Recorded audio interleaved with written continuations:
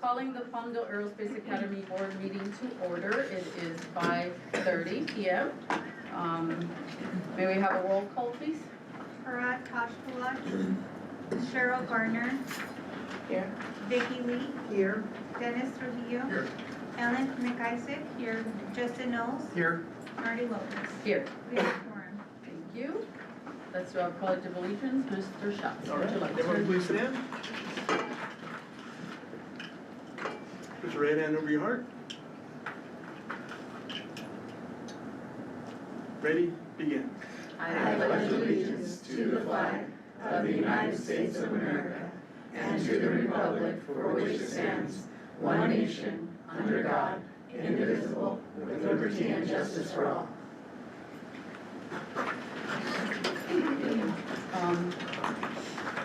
Calling for public comments on items not on the agenda. None. Okay. Call for public comments on agendized items. None. Okay, moving forward with reports. Superintendent Lynn. So the only thing I'm going to report on, because I don't want to steal Patrick's thunder or Mr. Brookley's thunder with the products this weekend, is that I know the Science Olympiad had their event with ABC and they're waiting to hear how they did. So we're all waiting as well. Excited to hear. Awesome. Director of Student Services, Mr. Riley. So, okay. Director of Educational Services, Mr. Schatz. All right, good evening. I've got some great news for you. We had 29 students who were awarded from the College Board National Recognition Program, which awards academic honors to high-performance students. So congratulations to those 29 students of ours. And this week, another exciting moment for us, our second semester of dual enrollment has begun, and we get our same 4 classes that we own here that we had last time, except for English 101 has turned into English 102. Some of you went with us to the Palmdale School District meeting, and we met with the ABC a while ago. And one of the things that came out of that meeting is each high school owns some classes for dual enrollment. They don't always get filled up. So why can't our students take a class from over there and over there? It's online anyways. And if our goal is to get our kids to graduate here with an AA or close to it, then we'll never be able to meet that goal if we're only taking the same 4 classes. So I am very excited to say that we've been able to add a new math class to our statistics class, which we own. And some of our kids have signed up for History 108, Music 108, the history of hip hop, and anthropology, and human development. So we have 75 courses being taken, or classes being taken by our students for this semester. So we're excited about that. And for our field trips between now and our next board meeting, this Friday, some of the high school engineering students are going to Cal State Bakersfield for their engineering day. And on February 28th, 3 math teachers and one of our coaches are going to the Greater San Diego Mathematics Council Conference. And also on March 3rd through the 6th, we have 3 staff members going up to the CABE, the annual conference for CABE. So, thank you. Thank you. What grades were those 29 students? Oh, that's a good question. It's just high school, it says on there. Just high school? Okay. I don't have the official list yet. Okay. It's still coming, Thank but you. it would be high school students. Moving on to Director of Special Education, Ms. Fawcett. Director of Facilities, Mr. Dillard. Good evening, Board. We are fully focused on a proactive planning for the end of the year, including some supporting of our promotions, our state testing needs, as well as our summer big project, which is our asphalt replacement. More to come in every one of those categories, but the team is amply busy making sure all those are buttoned up. And then I'd like to just add something again to facilities that I know Mr. Dilger is working with students, because our student council, we had a superintendent student council meeting, and what came out of that is they want us to work with them on campus cleanups. We're coming up with some ways that we can do that to support our campus beautification. Yeah, it's a great collaboration between our student body, some of our educational leaders and facility staff to promote cleanliness around our campus and create an atmosphere where everybody feels welcome to wanting to be in. It should be really good. Great, thank you.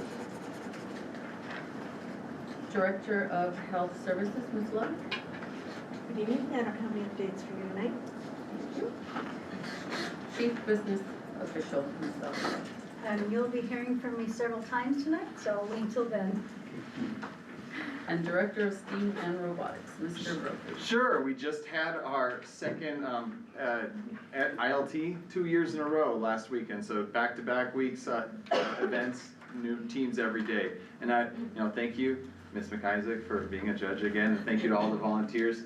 And we got a lot of student volunteers, like this is a fun thing to share. We got a lot of student volunteers that actually came in and helped out. And really a shout out to Ms. Martinez. She's been a really good recruiting like students from her class and even through the Link crew, and shout out to Ms. Tack too, that these kids have been excellent, and even getting comments by the people running the FTC regions that like our kids were really on it, and those were really picky people. So they did a really good job recruiting. That's kind of evolved into a lot of this like SWE Next and bringing them to the Cal State Bakersfield trip. So it's really exciting to get more kids involved in this kind of stuff, and having the event here like is probably going to be that catalyst for some of them. So thank you for supporting it. That's it. Yes, and I want to say thank you for all the work. I stopped by, and yes, thank you to Ellen, because it is long days that you're there volunteering, and for her continued support during the years of robotics. I didn't realize I didn't think about it until I went to the robotics workshop, and I realized that it's been 14 years, just about, that they started the team. And so time flies, but it is a great opportunity. I do encourage the next competition that's held here for, you to stop by and see what the kids are doing. It is an amazing program. It truly is. So. We will have robot reveal in a week and a half too, so we'll get information out to you. So. Yes. Thank you. Thank you.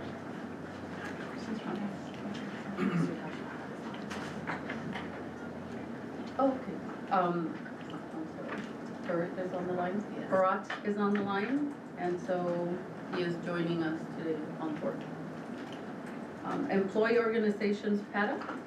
Have you? Okay. And how about PACA? Yeah.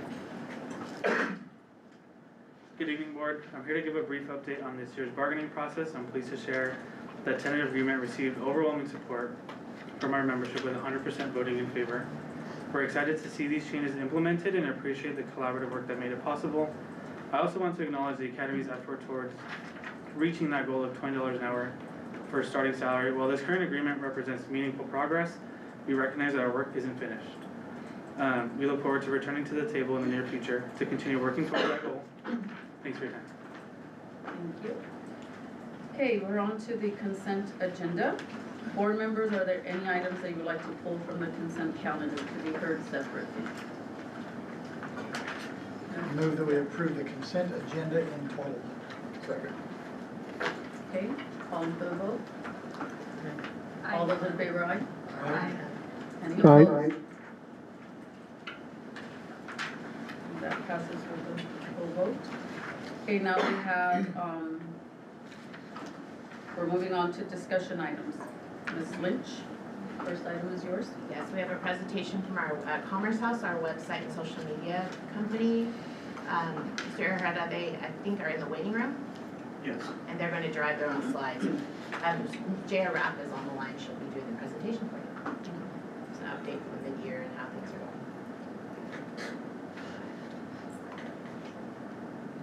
She's here.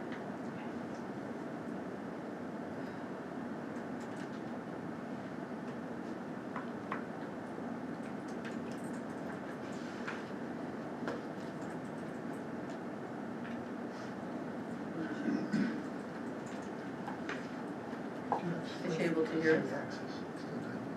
Jaya, can you hear us? Hello, can you hear me? Yeah, we can see her slides though. Is there a way to get the Zoom up there?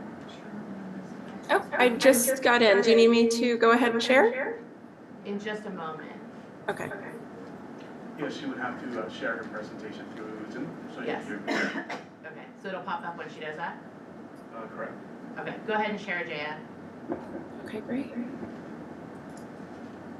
Oh, I just sent a request. It says sharing wasn't turned on. Let's see. Perfect. There we go. All right. Can everyone see this? No. No. Oh, there we go. Yes. Yes. Yes? Okay, perfect. All right, so hi everyone. As Gina likely shared, my name is Jaya Rapp. I'm an account principal at Commerce House, so we're the agency that has been supporting the team on web and social media over the last year. And I'm here today to share a bit about what we've seen over the last year, specifically with social media performance. So as we get into this, I think it's a helpful reminder in terms of the type of content that we create, we capture, create, and share on social. Everything we do is very intentional and ladders up to what we call the brand promise. And it's the promise that the Academy pushes boundaries to reach the future for our students, primarily, but their families, educators as well, anyone who's within the family of the Academy. And so I won't get into every single square here, but the idea is that at a high level, we're sharing content that helps people understand what makes the Academy different. Two, we share content that's about what happens after someone leaves and graduates from the Academy. And then three, what happens day to day. So the kinds of content you'll see might be what we call special sauce, right? Like spotlighting the differentiators. It might be about our partnerships out in the community with companies that our students can have internships with. We like to feature faculty and have a goal of featuring alumni soon. And then we also like to, as I mentioned, have just that window into campus life. And so towards the end of my presentation, you'll see spotlights and examples of each of these, specifically types of content that has performed well on our social platforms. And I should make a note, our social platforms to date have been Meta, so that includes Facebook and Instagram, as well as LinkedIn. So let's talk about social media performance last year. Instagram and LinkedIn performed quite well when it comes to audience growth. We saw really strong momentum over the course of the year on Instagram with 77% follower growth, which is fabulous. And we saw a great performance out on LinkedIn as well, 35% increase there. We remained flat on Facebook with less than, I mean, that's like not even 0.1% loss there, so really remaining flat. And what's great about this is that you would expect a school, you know, over time to see people kind of come and go, right? And what's been great is that over the course of the year that we've been working with you, we've seen your followers continue to grow, specifically Instagram and LinkedIn. Now, that has to do with the content, that has to do with the frequency and cadence of the content, as well as the quality of it. So again, we'll show some examples towards the end. But I do want to point out that following is not the only metric that we measure. Views of our content is something that is really important for us to understand how the algorithms want to show our content, right? It's one thing for people to follow us, but it's another for Facebook, LinkedIn, Instagram to show our content to people, both who follow us as well as folks who might want to, right, who are kind of within that target audience. So we've seen views go up on Facebook significantly. I mean, it just really popped this year. And again, as I mentioned, some of that has to do with the cadence and the quality of the content. We saw similar growth on Instagram and LinkedIn. However, due to us starting our relationship with the Academy early last year, we don't have kind of historical views on that due to how the platforms are set up. But just over the course of the year, we've seen views, or you can also call them impressions, jump dramatically from this time last year.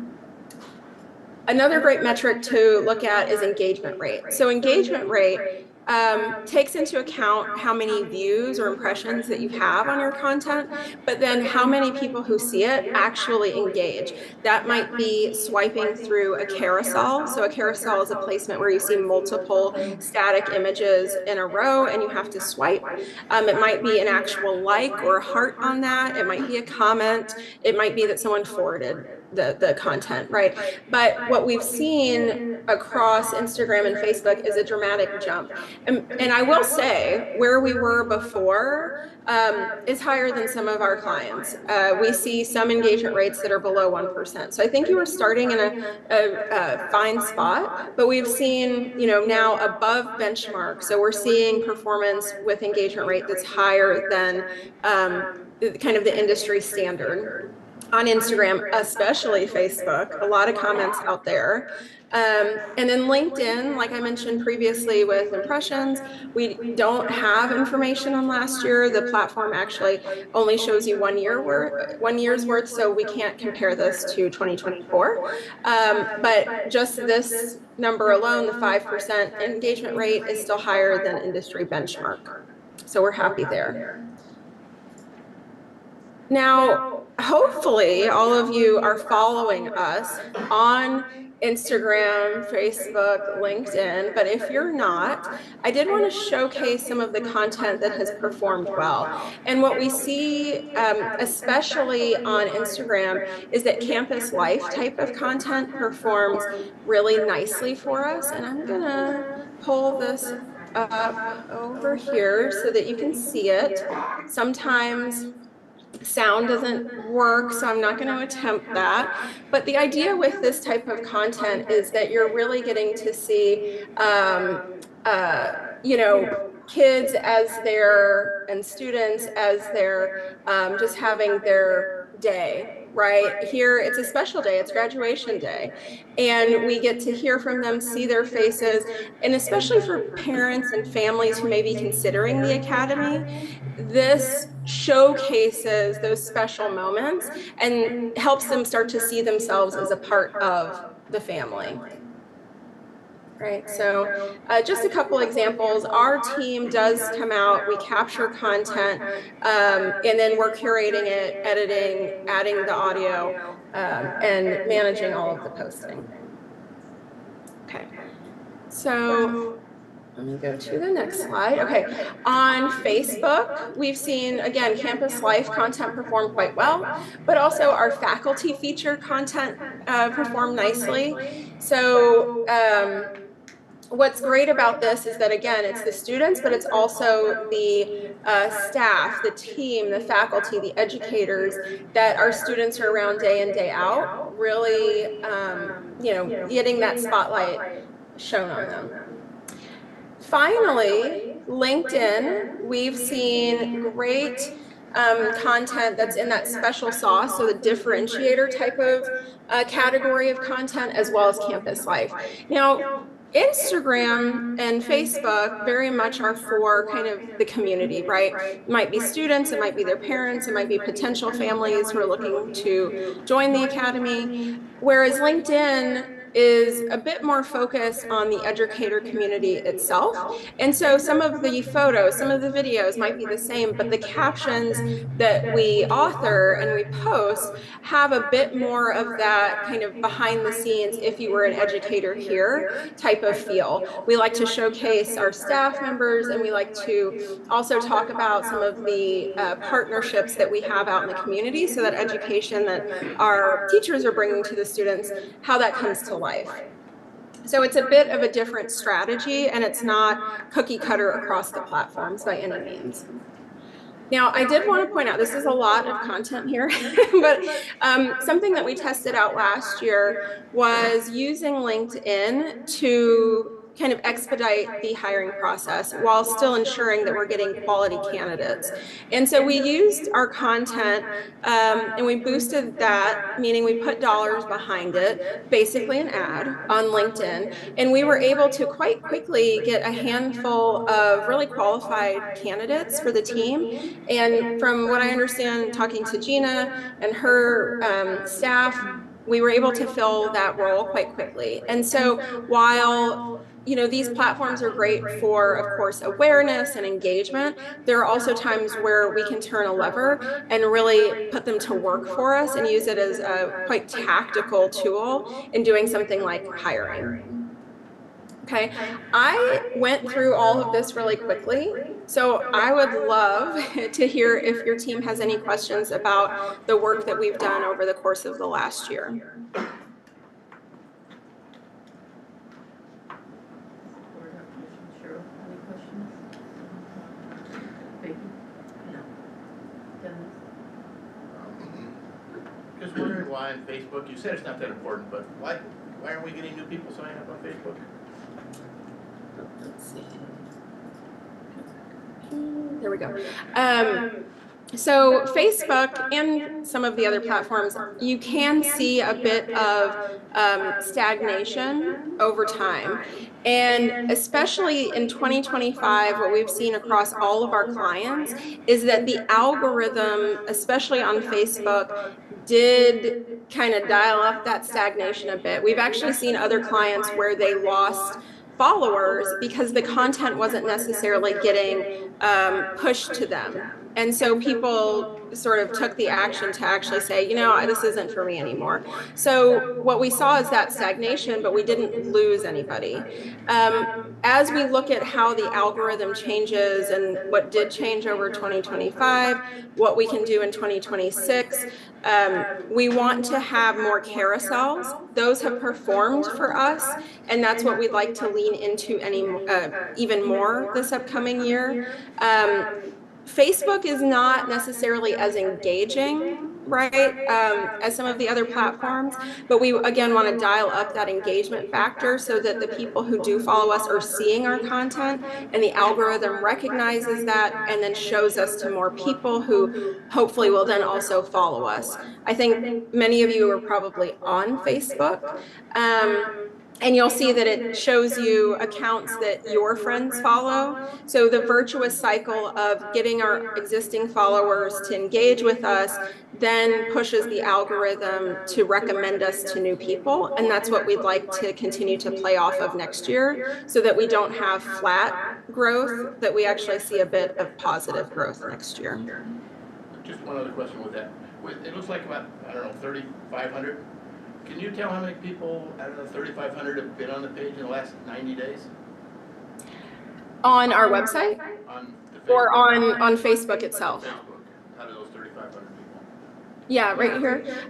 How many of our Facebook followers have been like engaging actively on our Facebook account? Or sorry, oh yeah. We can, so on the back end of Facebook, we can see how many engagements and impressions, but we cannot tell, it's not one-to-one. So we can't say that, you know, Gina is a follower and saw our content. Facebook privacy rules don't allow us to know that, but we do know if Gina liked our content or engaged with it in some other way, but not necessarily, again, in a one-to-one way because of the privacy rules. Some of that information is anonymous because of their privacy laws and rules. Thank you. Mm-hmm. Great work. I don't get on Facebook, but I get on Instagram and LinkedIn and regularly see them there, try to engage, so hopefully my engagement drives them. I'm one of them that clicks, and I've commented on LinkedIn a few times, so no, great work, and I've appreciated seeing. Great. Thank you for that. Thank you. I don't have any questions. I follow it as well, and I think it's great to see that we are sharing what is being done on campus during the day so that families here in the Antelope Valley get to see what other kids are doing or if their kids are not here and are motivated to join the school. And also I know that as parents, I'm assuming some like to see what's going on during the day while their kids are on campus, so thank you for that. I will say I love the beginning and ending picture. That's our son. Good choice. And Gary, they would think they took that picture today. Yeah, it showed, I think, you know, inherently STEAM content is really engaging. And knowing that it's happening from, kindergarten through 12th grade, I think is just really, it makes our job easy. So we've been enjoying the last year with you guys and look forward to our future work together. Thank you. Thank you, Jaya. Appreciate it. Of course. So Gina, quick Yes. question, what about Z-Axis? Are we still doing anything with them? Is their contract expired? Do they do it? We don't have a contract with them. Okay. Okay, moving on to presentation of the mid-year LPAC progress report.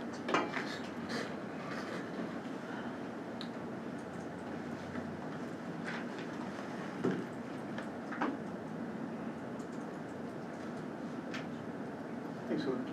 All right, good evening. It's time for our annual mid-year LCAP progress report. The moment you've all been waiting for since a year ago when we went over this again. And all school boards are required to receive.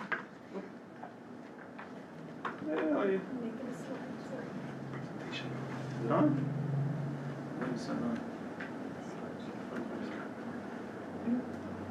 Let me know. Right, team?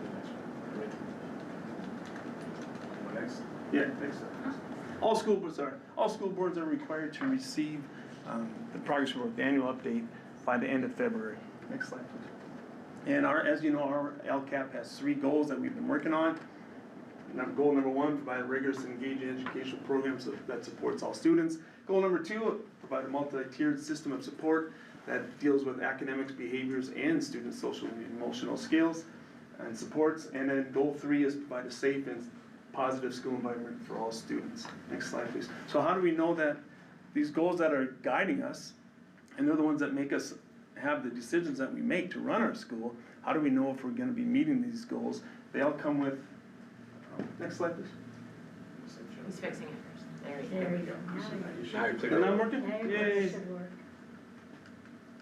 Or not? That is the question. Hey, woohoo! What am I even, right there? Not working? No. One more, please. Is by the actions. And so you're gonna see, next slide too, please. The actions that we have on this goal number 1, there's 10 on this page. One more, Julio, please. And there's 21 total for goal 1, so go back 1 slide, please. So for goal number 1, go back to goal 1. One page back. There you go.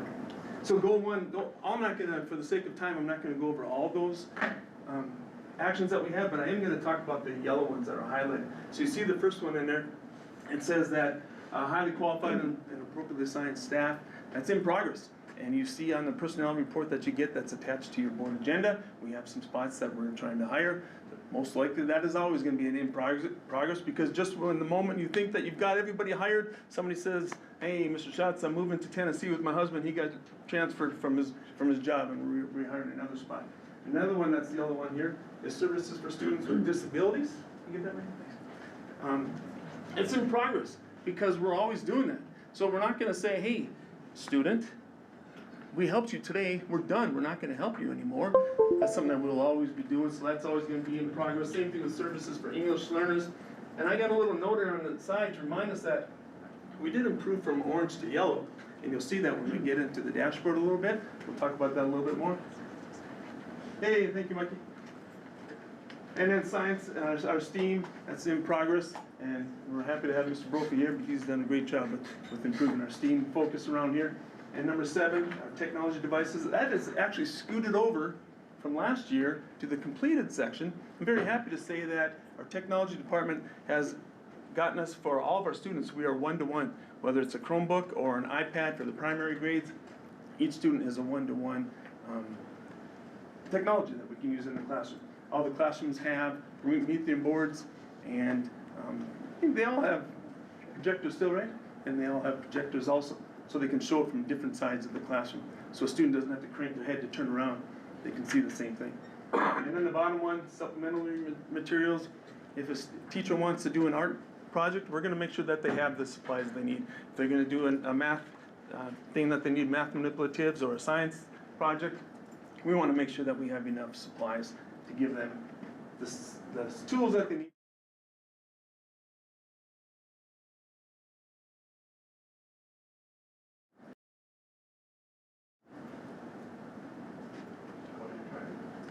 There we go, thank you. And then goal 14, provide instructional coaches. I'm very excited to say that last year at this time, we had one elementary coach. I had hired a middle school coach, but their school wouldn't let her out of her contract until the end of the year. We have this year a high school, a middle school, and an elementary coach that are working with our teachers to help give them the support that they need to be successful and provide new teacher support. That is always ongoing, and so is credit recovery. One of the things that we are trying to look at as a way to improve here is to come up with a better system for credit recovery. Okay. Oh, there's one more note here. Gary, Yes. would you prefer for us to hold all questions till the end or ask as you are going? Go I ahead. have a question. Sure.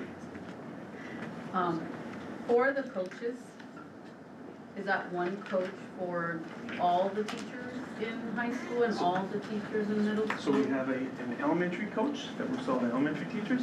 We have a middle school coach that works with all the middle school teachers, and a high school coach that works with all the high school. So what's the ratio? One person to how many people? How many teachers are in the school? 1 to 30, we've got 90. What's our elementary, about 27 teachers? About 32 teachers in elementary? How many in middle school? Is that About 30 middle school, and how many in high school? About 50. 49, 50. and is that best practices, one to that many? Well, it's getting them started where they are at, and then from there we use the data to show, okay, Johnny over here, or Gary over here needs a little bit more help, so we can move that. So they are instructional coaches set currently at a school, but they're not just hired for that school.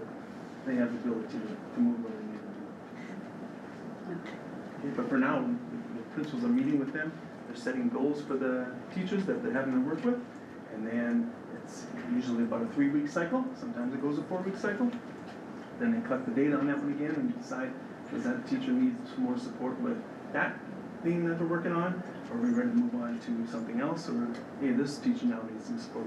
So the principals are working with the coaches to have their weekly meetings, and they use the data on the walkthroughs and as they collaborate together for where that support goes. Are there I think she's asking, do you think we have enough of them with Yeah. 3? The coaches fall under my department. I would take about 50 more if I could, but I'm not asking for 50 more today. Okay. But we have gotten started, and we've had a great start to see an improvement of where we need to go. One last question. The teachers can ask to have a coach, or Yeah, they're yes, assigned a yes. coach? See all the above. And they do that. They ask more times than not asking. They ask for the help and support of what they have, which is a great step for trusting the coaches on that. So I have a question. Sure. So, like you said, the teacher, do you have a process of the teacher requesting assistance from the coach, or is it the principal or The whoever? principals meet with their coaches as the principals are working with their staff and on them do their walkthroughs, and when the principal meets with the teachers, they come up with the level of who's gonna get what support at each school. Okay?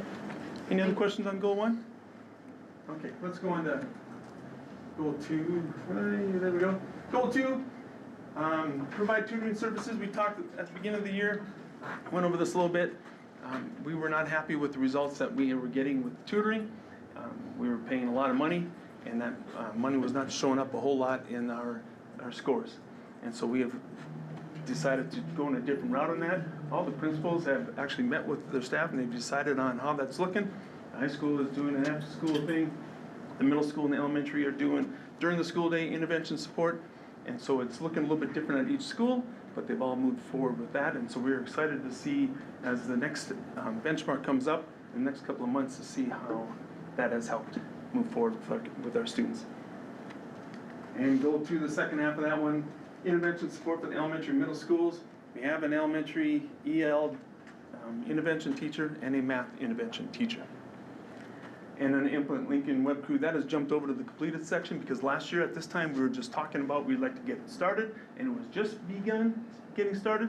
Now they're fully implemented and are working, and you see those kids out there doing the thing, and it's kind of cool. Just the other day, they had a middle school thing, and some of the kids were being the good helpers in that web crew, so that was nice. Any questions on goal 2? Okay, and then goal 3, I want to talk about support to increase parent involvement. Every month, Elena does an after-school event for our parents, and they come in here in the boardroom. I know I did one with the middle school principal and vice principal. We did it on positive student behaviors and discipline. And I know there's been, my high school coach did one about 2 months ago. And so that's a thing that is set up for the whole rest of the year. Last year we did PK. Elena's looking into doing a different program for the parents this year instead of the PK program. Any questions on goal 3?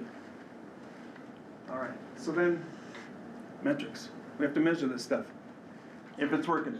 Our CASP, as you know, we started this baseline data in 2023. Those are the results we got for all of our different student subgroups. Our target, what we're shooting for, is in the middle in yellow. The green is our results. Earlier in the year when the results were released and I came up here and I presented the results to you, that then showed us that we needed to have our principals come and present to you their data and then their plans for improving their data moving forward.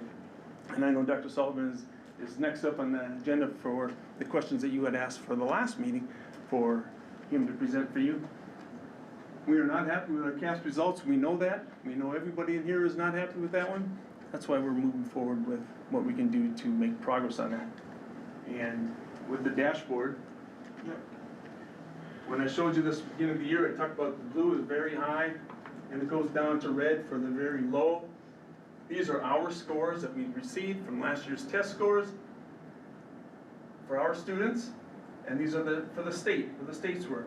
So you can see we declined, the state went up, that's why theirs is yellow, ours is orange. I want to caution you on being careful not on just the colors, because the colors can be a little bit deceiving, and I'm going to show you that on the next slide, how that's a little bit deceiving with the colors, because as long as you increase, you scoot up a little bit. Our math, we went down by 9 points. There's the state scores. Our science, we declined by 4 points, and the state maintained 1.5 points on it. But here's the good news for the dashboard. Our college and career, 70.8% of our students were prepared. This declined 21%. We talked about that at the beginning of the year. One of you asked why, and I said a large part of it goes, there's a lot of things that fall into that category. It's our AP test scores, it's our A through G completion percentage. There's our 11th grade CASP math and ELA scores get thrown in there, our dual enrollment scores. We had some students after the first time ever decided to take a couple of college classes, and then after they got in, it's like, whoo, this is kind of hard. And they wanted to drop it, but it was after the drop set date that affects our scores. So all that stuff gets put into one big pot, they stir it up, the state spits it out to the high schools, and the high schools say thank you, and that's the number we got at 70.8. The good news, the state is only 51% prepared. So we are a lot higher, 19% higher than the state. But we went down to yellow and they went up to green because they increased by 3. Even though we are higher, their colors on the side of it. So the colors can be a little deceiving on that. And then the graduation rate, we had 98.4% graduated, and the state had 87, so we were higher than the state. Our English learners making progress, 47, 1% higher than the state on that one too. So we're doing well on those 3. All right, so we don't just put all of our eggs in one basket. We also go into, besides the CASP, we do our benchmark assessments. So our elementary takes the STAR 360 reading and math. They take that 4 times a year. And then our primary grades do the early literacy test. NWEA reading and math, we started that this year for the middle school and the high school. They take theirs 3 times. They just finished theirs, they're on winter break. They'll take the 3rd one later on in the end of the year so we can compare the scores. Use that data to help drive our instruction. And then some other metrics. Our A through G completion rate in 2023, we're at 61%. We increased 1%. 1% is in the right direction. Fully credentialed teachers, we went from 57% a few years ago, and we're jumped up to 80% right now. 2 more things that have increased is our suspension rate. In a good way, it's actually decreased from 3% down to 1% as of January. And our attendance rate, we've been working hard on that also. We've jumped from 93%, and as of January, we're at 94% as an academy for our attendance rate. Question on that last Sure. one real quick. Sure. The A to G completion rate, Why would we have a target of like 50%? That was given before I took the spot, I don't know, but that was in the original LCAP when I inherited this job. So that, actually, the next year is the new cycle, to start a new one, so we'll be able to update this time. That's more appropriate for But us. then if it was higher right now, it would make us look like we didn't fulfill our target. Oh, but even our baseline is 60%, why would our target be below baseline? Right. Well, Gary's here. That was PGT, pre-Gary time. Good answer. That's all I have for my part of this. Roseanne's gonna do the budget piece of this one. Do you have any questions for me on this part? Does anybody, I have a few questions Sure. on some of the slides, but I wanna give the opportunity to if anybody has any questions on any of it. If we could go back to before that, there. So the baseline is where we were in 2023? Before our current LCAP was written. Okay. So, I know that these are past numbers. I guess my biggest, my priority question, I think throughout this, and I think last month's report as well, is, I know this is where we are at in some of these areas, but it's understanding what the exact path is moving forward to help with this.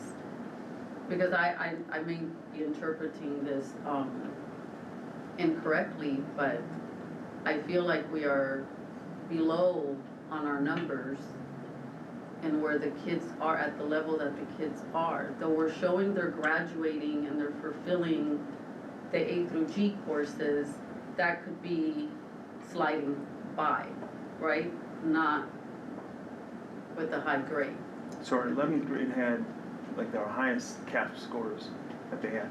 And that's why the elementary and the middle schools are jumping. Because high school, 9th, 10th, and 12th grade, they don't test the CAPs, just the 11th grade test that. So 3rd through 8th grade is the test takers on that one.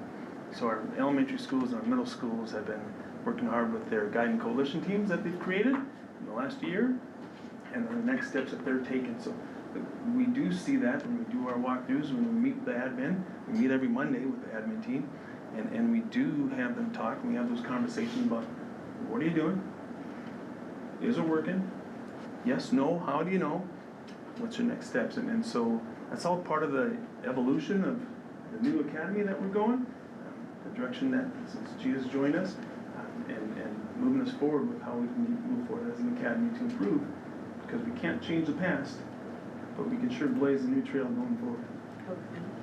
Can I add something? Yes. So my bias about state testing is it is a summative exam, and as we know, it's not the be-all end-all of how our students are doing, and our targets were off by a lot way back when. But if you look at the results and the baseline, that is a little more telling, and we've identified where those areas are, and I know our teachers are working really hard, and our administrators, on looking at common formative assessments for each unit and for the end of each semester, and trying to get more information about how to support the kids with this. And I think, you know, there's a lot of, when you take the CASP test, some students just don't like to do it, so they don't try. There's some students who, you know, had a bad day. There's so many factors that just looking at this is not the best way to define our students, so we're kind of looking at a whole approach and trying to increase scores everywhere. And when we see them everywhere else, we hope that it translates to the CASP. And the one, thank you, Ms. Lynch. And the one thing that is nice is when the principals have come and showed you their data on their NWA scores and on the STAR 360, you can see the growth in that with our goal then, and that's going to tie into the CASP and raise that one too. So we're giving the students more opportunities to take questions like the CASP so that it's not a surprise, whoa, what's this? And they're just clicking and guessing on it. Because I just, we can, you know, the social media thing and showing the school and all of that, that's wonderful. But at the end of the day, I think what people are gonna look at, and parents and everyone else that's looking at the school, is the numbers. And I know that this is the CAPS, and I know that it's a test. We can't, you know, as was said, we can't just look at this. But this is also speaking to where we're at. We cannot turn a blind eye on it. And so I just want to ensure that we are setting things in place that are going to help us reach those targets and, you know, for the benefit of the students and the kids, and make sure that we're not missing out on capturing where it is that they are having challenges in as they transition from one campus to the other, because it's like a trickle effect. And so just want to make sure that we're looking at Thank you, and we agree, and that's why we've put in place things this year already that haven't been in place in the past. We have weekly meetings with admin. We do our weekly walkthroughs at the schools, and we rotate the different schools on there. And they have the leadership teams for their guiding coalition team. Just the other day, I was in Dr. Sullivan and Melanie's staff meetings, the PLCs, and they're having their teacher leaders do the presentations to their staff. I'm a big believer on that. And I know the elementary does the same thing too, because when the boss says it up top, you'll get people that'll do it out of compliance. Okay, yeah, I did it, check. But when your peers are doing it and telling me to do it, you're gonna get more buy-in. And so I love the fact that they have their staff leading a lot of those conversations with them. And that's the plan, is that it's gonna move us forward in the right direction. So related to that, I have trouble reconciling the over 98% graduation rate with some of the scores.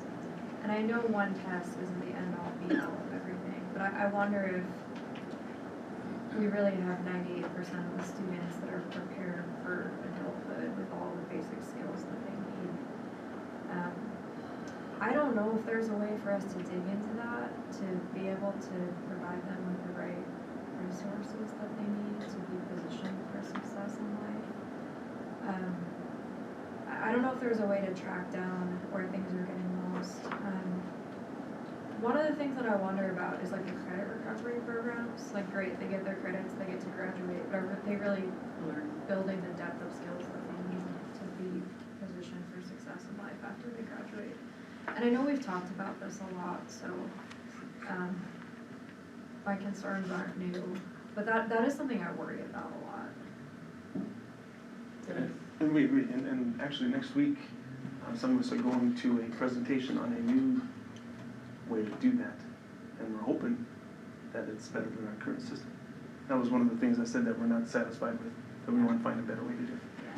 Can we go to the next slide, please? Forward or backwards? Forward. Can you get a copy of, the high school districts, Lancaster's, Fort Salem, so we can see what theirs looks like compared to this? Sure. Would you like me to email that to you? Yeah, can you email? All right, I can send it to Donna and Donna. I agree with Gina as far as these scores and the test scores. They don't tell you everything, they really don't, so. And I also wanna caution us, I mean, they do tell us, they give us information, right, where we need to improve, but I want us to stay away from we're teaching to the test like it was years ago, because that was the worst time in our educational experience, and I was part of it as a teacher. And it's just, it really takes the love out of learning for students, and what I've seen in all our classrooms is we're really engaging students and they're enjoying it, and I hate to take that away. And it takes a lot of educational time away just to study for the test instead of studying their curriculum. And I agree with that. And thank you, because I came from a district that did that many years ago, and all the kids got all day long was math and ELA, and they hated school. And that defeated the whole purpose of that. There are schools that skip certain subjects just to keep practicing for the exam. It's not right. When you see on the news there are districts that are struggling all the cuts are making because kids are not showing up. And we've got 4% right now of our kids that are showing up on a regular basis. That's huge. And they can be misleading with one district to another. I mean, down in Texas a few years ago, they would make sure kids weren't there for test day.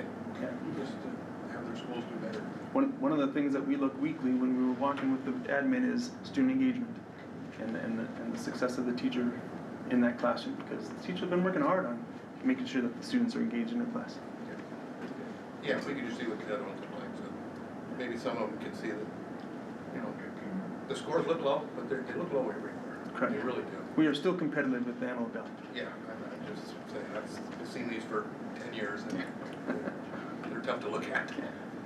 And I would like to clarify that I'm not trying to micromanage test scores. It's just like, we know that the thing that I'm concerned about really is math, when we're so far below the standard and dropping, like, do we really think the students who are leaving here have enough basic math skills? Yeah, because look at that, it says 96% or below standard. And how 98 can graduate, 98% can graduate, but 96 are below standard. So we've had a focus this year on math. Matter of fact, this Thursday and Friday, Solution Tree is sending their math consultant to work with all of our middle school and high school teachers for 2 days on Thursday and Friday, and pull out the teachers and keep working on giving more strategies. Any other questions for me? All right, well, thank you. Thanks, Gary. I can just keep going to the big. Where'd he go? Yeah, but it's not there. It was the same presentation, I think. Yeah, it's the same presentation. Oh, was it? Yes. The last 3 pages.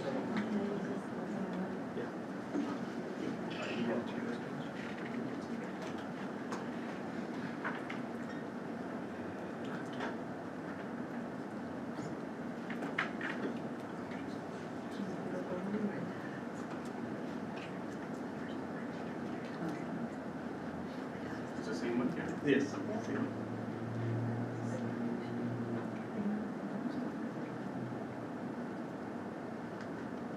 Right. There you go. All right, before I start talking.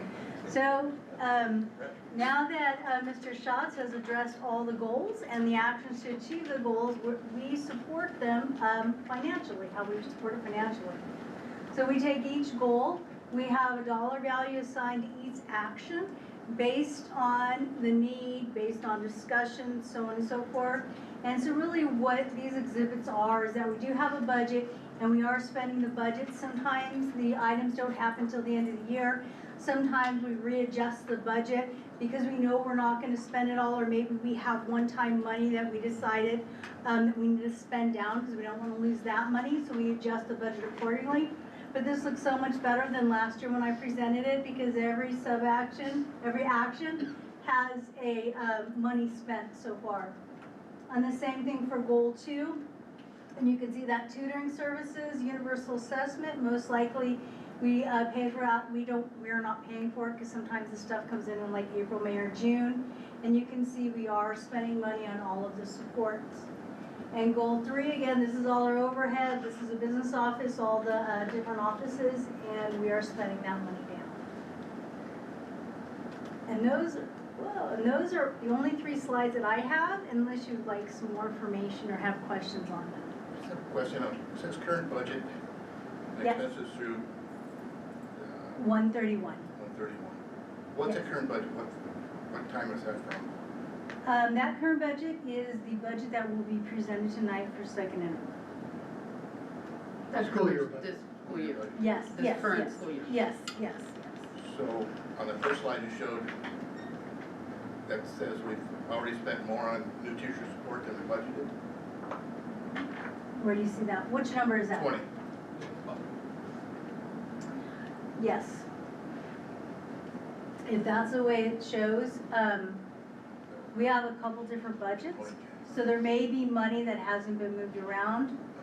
I'm saying we're only in January and we've Yes. spent more than. Whenever we have a situation like this where we overspend, we never say, no, you can't spend more money, no, you can't support it, because we know there's a budget that will have less money spent. So when education services, curriculum instruction comes to us and says, oh, maybe this piece is out of money, we never say, oh no, you can't spend any more money. We say, let us figure out what happened, why did we not budget it accordingly, how do we rectify it, and we give them the money they need to be able to support it. So is that new teacher support, is that the 3 teachers that we?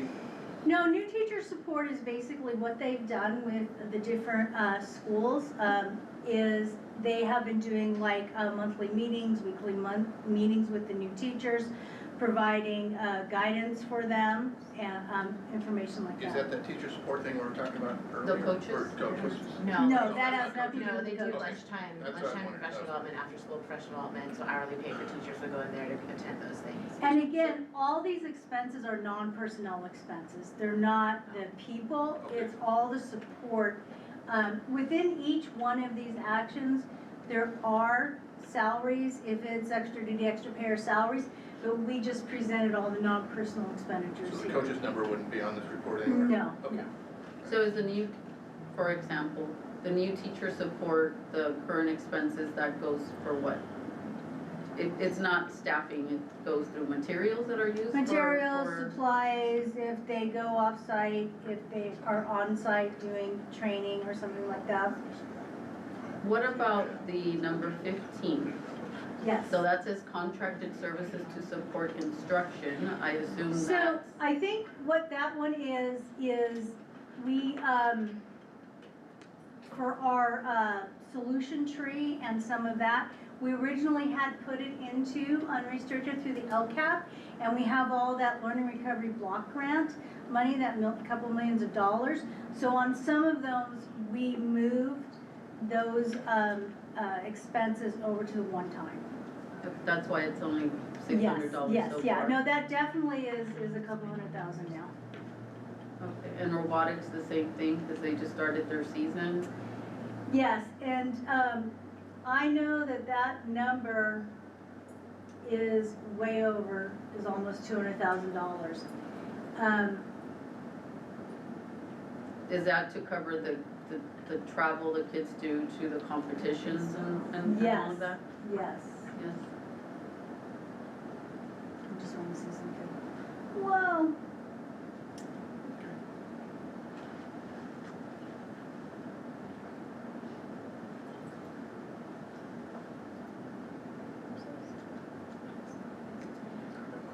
What I'm gonna do is I'll revise this so you can see it, because I can see what's happening where the numbers were pulled from, and I think some of those were pulled incorrectly, and I will revise this and bring this back to the next meeting so you can see what's actually being spent.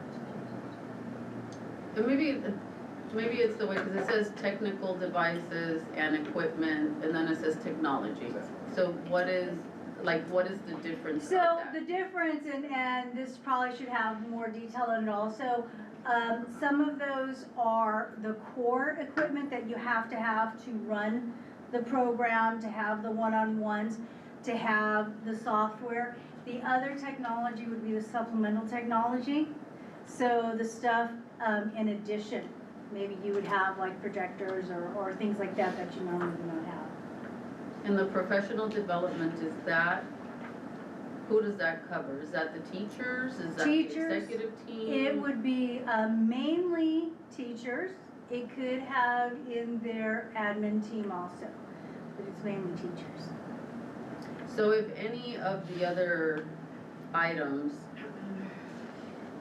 has an excess of money, some of the other ones can be supplemented. Oh, yeah, Like definitely.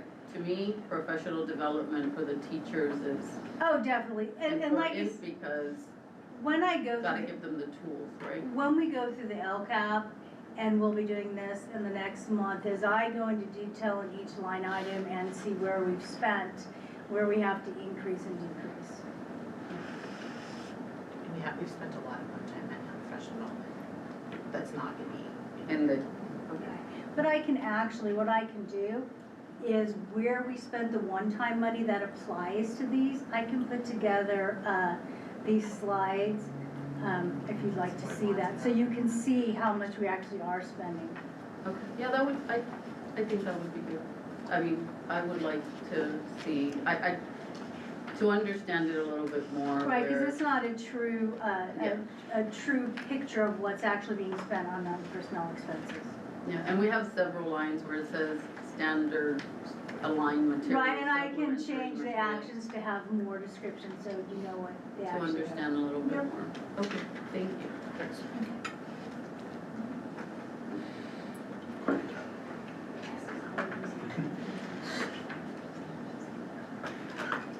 Any questions for the board? Okay, so we move on to the next one, which is the high school academy performance presentation. Dr. Sullivan. Are you moving for me? Okay. Good evening, board. This is a follow-up to last presentation. This was brought to you about the high school DF rate. Again, this is kind of the trend, long-term looking at our DF rate for first and second semesters from the past couple of years, and then the 25-26 was just looking at first semester for this year. I'm gonna go forward. So we broke this down. I think Mr. Knowles, you had asked if there were some departments that were at a higher rate than others, and you're absolutely right. And Ms. Isaac, no surprise there. Then when Mr. Schatz presented about the CAS score, that an area that we do definitely need to work on is the math and the science. Those are two areas where we see a higher DF rate, so 26.6% for the science and 19.9% for the math. Again, those are all for high school. Keep in mind that math, not all of our students take high school. It's a 3-year requirement, and the 4th year for seniors is optional. Many of them do take the higher level math, calculus, or AP statistics. But I do have that broken down as well by grade level. So if you want to go into the next one as well. And then this is, again, a further breakdown of it by department. You can see English is at 13.5%. The health one is a little bit misleading. We only have one credentialed health teacher on here. But again, that is the 18 kids there really kind of jumps that percentage up quite a bit though. As I mentioned, we can do a breakdown here, and no surprise, right? In most high schools in the country, 9th grade is a pivotal year, and the year that a lot of our freshmen struggle, and so they have a much higher, they have a higher rate of getting a D or a fail, compared to like our seniors only have about 58 with Ds and 34 with the fail.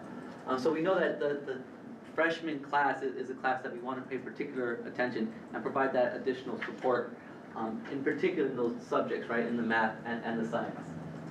You want to go forward a little bit? So we broke this down a little bit further. We wanted to see how many of, so if we look this at by grade levels, how many of these students have multiple Ds and Fs? Is it just the 60 students that have one D or fail, or is it a bunch of kids that are struggling across the board? As we go across, you can see 9th grade, there are 2 that have a D or fail. 10th grade, there's about 4 that have 6 or more. 11th grade, there's 1 that has 6 or more, and then of course, in our senior class, we don't have anyone that has 6 or more, or 6 fails. These are fails. We do have quite a few that have some 1, but again, it's that 9th grade year that is pivotal and that we really need to kind of look more closely at. It's broken down a little bit further. We've spent many hours kind of looking at this data in every which direction to see what trends we find. So not everything is included, and I'll talk a little bit about what we looked at that's not included as well, just because we didn't see any significance in when we looked at the data. But let's go ahead and go one more forward, Louis. This is just a percentage, so I showed you just the raw numbers. This is just percent-wise kind of what this looks like. Disregard, this was the title up here, it says grade level. Can you go back one slide, Julio? I'm sorry. That should have been the title. I'm not sure what happened on there, but what you're looking at in the next one was just the percentages of these raw scores here. And it's the same titles, the percentages that have 0 Ds and Fs, 1 D and F, 2 Ds and Fs. So just to clarify. You want to go forward one? Yeah, so that's kind of what you're looking at here percentage-wise. This was interesting. We had this broken down by student ethnicity. Starting from the bottom, right? We are predominantly Hispanic serving community here, and so we look at our numbers to see if there was a significant difference between our Hispanic, white, and African American student population, and this is across all grade levels. So what we're seeing is that we have about a 17.3% for African American students, again across all grade levels, in comparison to white, which is 15.79, and then 14.8 for our Hispanic population. All right, if you go one more slide forward, this is kind of more of a visual where you can see that. We also did look at gender. I believe males were slightly higher, but not significantly higher. And then we also had this broken down more specifically by teacher, not just department, but by teacher, and then also by period. So that for myself and Ms. Salinas, when we talk about, we have the instructional coach, where the help can be provided, we know which periods we see a high DF rate, so we can go in there and do some observations. We can have our instructional coach provide those additional help to that specific period, because that's where we see the need is. And so I didn't include that in there, but I just wanted you to know that this is something that we're looking at. And when I talk a little bit about on the next slide, I think it's the next slide. Oh, wait, one more, sorry, this is one more. We also looked at our subgroups, special education, our ELs, our socioeconomics. This was one that I thought was interesting. We do have, I think, about 300, Ms. Foss said, students with a night, about 300 across academy-wide. Right now, we're just right under 10. Just under. When we look at our special education population for high school, only high school, we see that, you know, they're comparable. There's not a significant amount. When I was pulling this, I was kind of thinking that I was going to see an influx of students with an IEP that have high DF, but not really. I mean, I'm seeing 10, 13, 23 that don't have any Ds or fails. So all those accommodations and co-taught classes and the aids that we spend a lot of money on, you know, they're getting the job done. Mr. Sullivan? Yes. Are these numbers included in that first Yes. slide? Yes. It's not in addition? Right, These correct. students are included in that? Correct. section? Yeah. So one of the things that we've been doing here is obviously we've been working with Gen Minor and Solution Tree on creating our proficiency maps. Previously, we've had a lot of teachers kind of working and at their own pace, and really working with Gen Minor and Solution Tree, we wanted to align that so that when you're a 9th grade English teacher and your neighbor is a 9th grade English teacher, you're more or less teaching the same content at the same depth. One is not going, you know, too deep into, you know, into one area, whereas another teacher is going, you know, a little softer in that. So they've identified their essential standards. They created proficiency maps so that they more or less are teaching that around the same time, not day by day, but within a couple of days. And that way, when they assess, they are assessing with those common formative assessments that Ms. Lynch talked about, similar standards. And they're measuring how successful they were at mastering those standards. And if there needs to be revisions, interventions, they have that neighboring teacher to go and plan with and talk about. And so that's the work that we've been doing with Solution Tree and Gen Minor. She's been working closely with our guiding coalition and developing that, and now she's going to start working more closely with the PLC team. And I will tell you, the work has been moving forward, but then there's been a couple of steps back as we move forward and realize, you know what, we need to go back and look at some of those essential standards because that department didn't quite get it, and that's okay. Right? I'd rather take some time to get it right before we move forward into next year. And so our departments will be meeting tomorrow to continue that great work.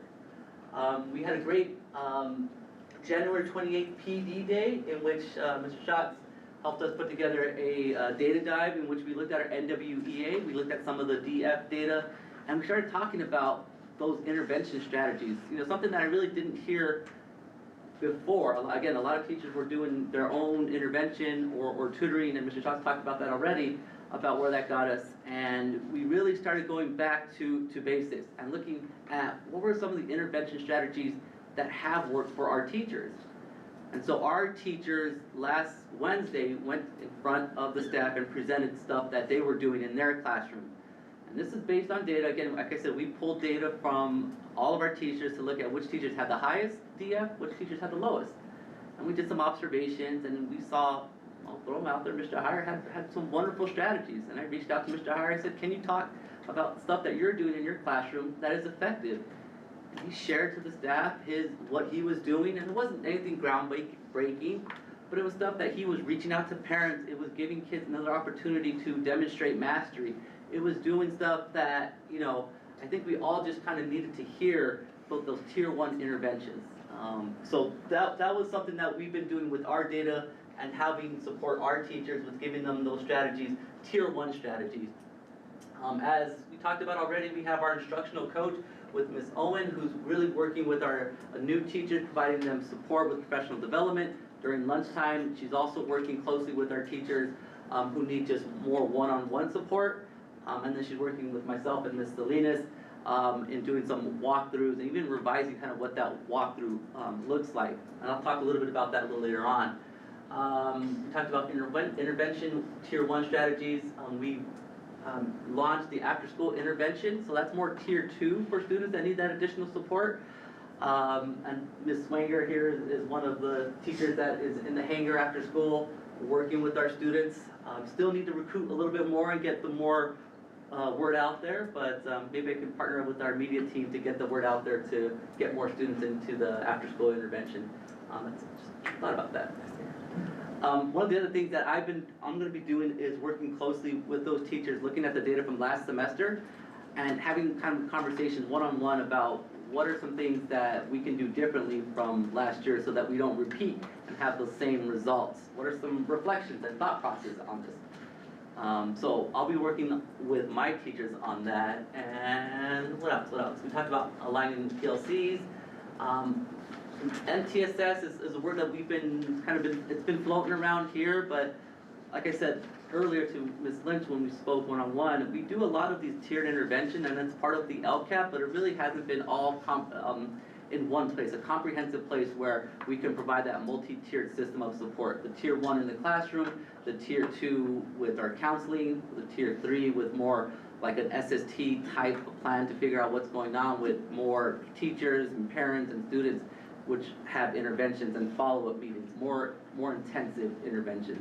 And so we'll be looking at bringing more of that. Ms. Owen has a lot of experience, our instructional coach, and Ms. Lees will be going to professional development during her spring break, giving us some time to continue to learn, so we appreciate that.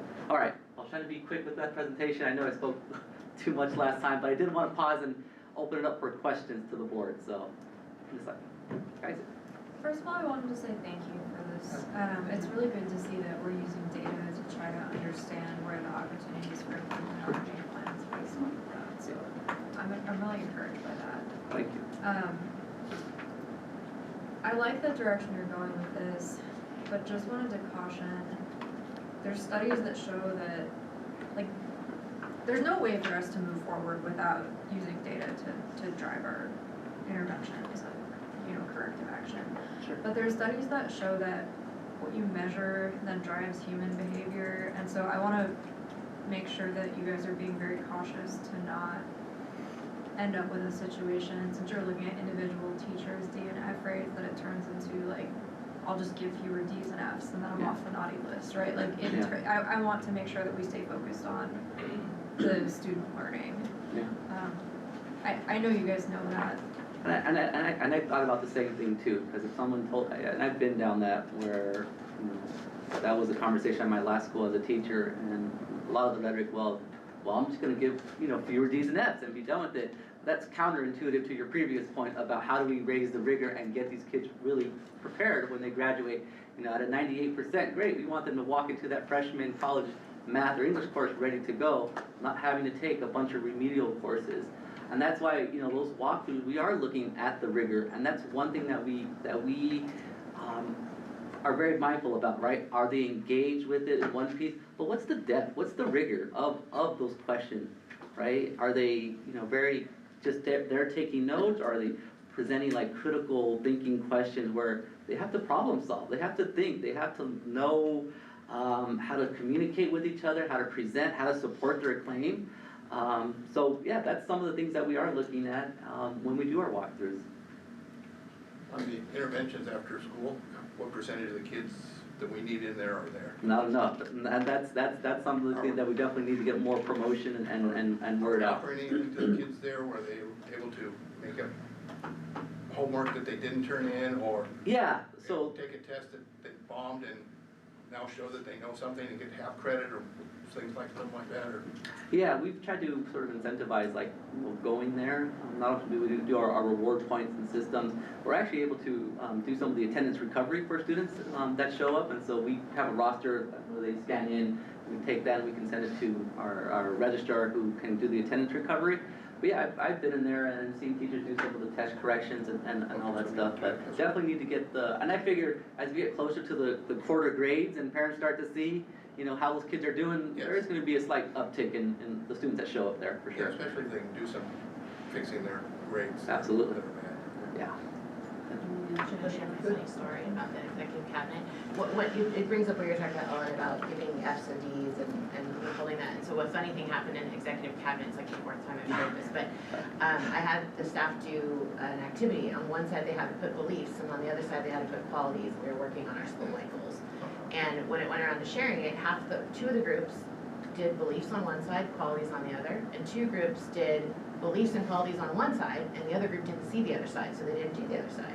So we had a discussion because in very different teacher classrooms, those students would get an F, or they wouldn't get an F, or they'd get an A because they met the mastery. And so we've been working on what is our common understanding of what are we grading toward a standard? Because in my book, if they got beliefs and qualities, they understood what I asked of them. They just didn't follow directions. I know they're having a lot of those discussions with staff as well, but it was pretty funny.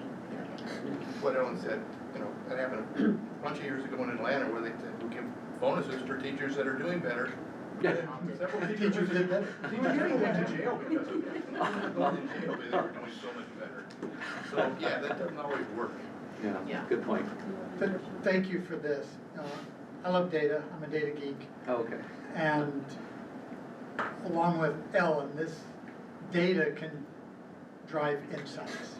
Yeah. And where we can look for strategies and innovation in how we teach. Did this exercise give you insights as to where, to me, it was very insightful that 9th and 10th grade was a focus area. And then there were 2 or 3 different classes or subjects. And so the bulk of them seem to be those 2 grades and a few classes. Sure. And that helps us begin looking at what are we doing in 8th grade to make sure they're ready, and what we're doing for those early years. Were those all new insights for you, or was that kind of intuitive before? Some of it, I will say. I kind of knew intuitively the 9th grade is the year that a lot of students struggle with that transition, right? From 8th grade grades, they're going to go on to the next grade, but 9th grade counts, and they start. There's a bit of a struggle with that. I was a 9th grade teacher for many years, so I knew that. But some of I didn't realize it was 20%, 19% for the math and science, and that was kind of a little eye-opening. And then Ms. Elise and I, we did, so this is all data from first semester. We're able, on PowerSchool, you can pull data for right now. So I can look in real time, teachers' grade books to see what's going on in the classroom and where do we need to get in there to start doing some more observations. So this is driving how we go into the classrooms and seeing what's going on in the classroom, so we can triage it and have that intervention support in real time.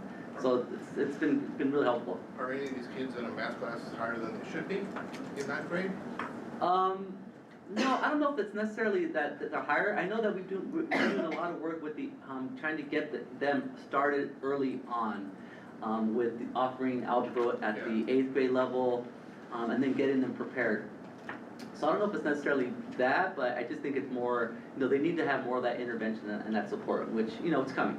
And one thing that's a good step forward is our middle school is really focusing on student learning, and so when they go to high school, they're not going to be defined by the grades as much, where they feel like they're already on a D or an F route, and so they are really working on them learning and being successful, which is good this year. Thank you, Mr. Sullivan. You provided a lot more than I think we had requested, but that definitely shows that you care for what you're doing, and you brought us some good information, and I'm glad to hear as well that it's already being used to improve things. You said something earlier about bringing the teachers together, etc. It's creating a sense of belonging, right? And that's where people feel a sense to thrive together. And so hopefully that will transition over to the students as well. Because when they feel that, you said it in 9th grade, right? I have to say from 5th to 6th grade too, because it's those transitions. Coming to a new campus and the unknown and the fitting in and the older kids. And so that does impact, I think, the students and how they're also engaging in their academics because everything is blending together. Yeah. So the fact that you see that in the 9th grade is. And we've already started talking about those transitions. Yeah. Right now, we do a new student orientation for our 9th graders, but some of our 9th graders are coming from the middle school, right? And so they don't get to that. But we're talking about, let's change that. Why are we just doing it only for new students? Let's do it for all 9th graders so we can be aligned with what it means to be a 9th grader here at TPAA. What's going to be required? What's our, portrait of a graduate? What's our PBIS values? What are the supports in place for you early on? So we hit everyone, and we're not just hitting the handful of new students, but everyone gets that same message from us before they even start the year. So They know what they're walking into. Exactly. Okay, thank you. Thank you, board. Okay, so now we are at our action items. Okay, let's move forward. So, we have the election of our board secretary. So, we'd like to have nominations by the board on who we would like to nominate. Cheryl, do you have? I thought we had nominated. Last meeting, we did not move the secretary forward because we had 3 board members out. So we left it for this meeting. What is the position entail?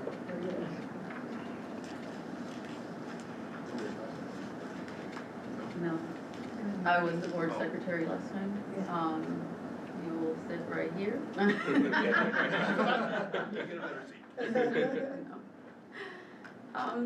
It entails signing the board minutes. And I don't know if Donna has the bylaws You there. have a that great she can assistant in Donna in taking notes. Yes, taking notes, signing the board minutes, but it has other roles as well, so I don't know if Donna can pull up the board bylaws and she can share exactly what the board secretary does.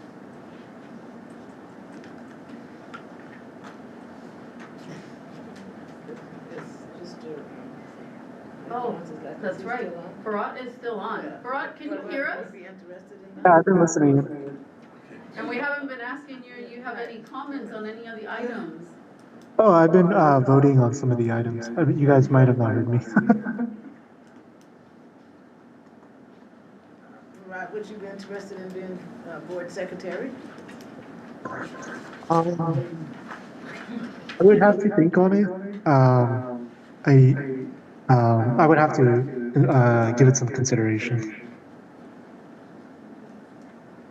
If you would be willing to accept, I'll nominate Mr. Trujillo for that role. And I second. Has anybody accepted?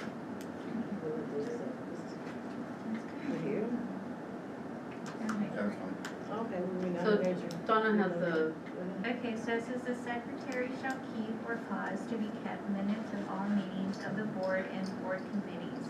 If the secretary is unable to be present, the secretary or the presiding officer of the meeting shall designate another person to take the minutes of the meeting. Unless otherwise determined by the board, the secretary shall keep or cause to be kept at the principal office of the corporation or such other places of the board may order a book of minutes of all meetings of the board and its committees with the time of place of holding, whether regular or special, and if special, how authorize the notice thereof, given the names of those present at the board and committee meetings and the proceeding thereof. The secretary shall keep or cause to be kept at the principal's office in the corporation of such other place of the board may order the original copy of the corporation's article of incorporation and bylaws as amended to date.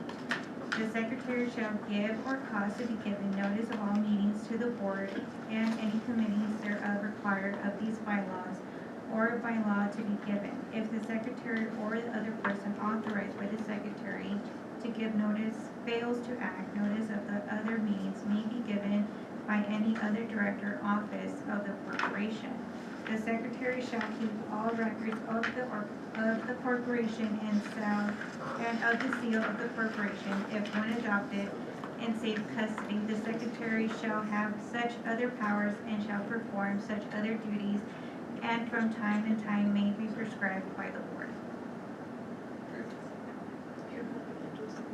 And then you sign minutes. It's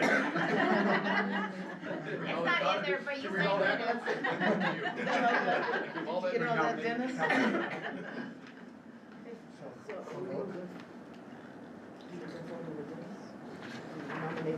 So yeah, if Dennis accepts, I'll make that official because I said it like a question. So I would like to nominate Mr. Trujillo to serve as the board secretary.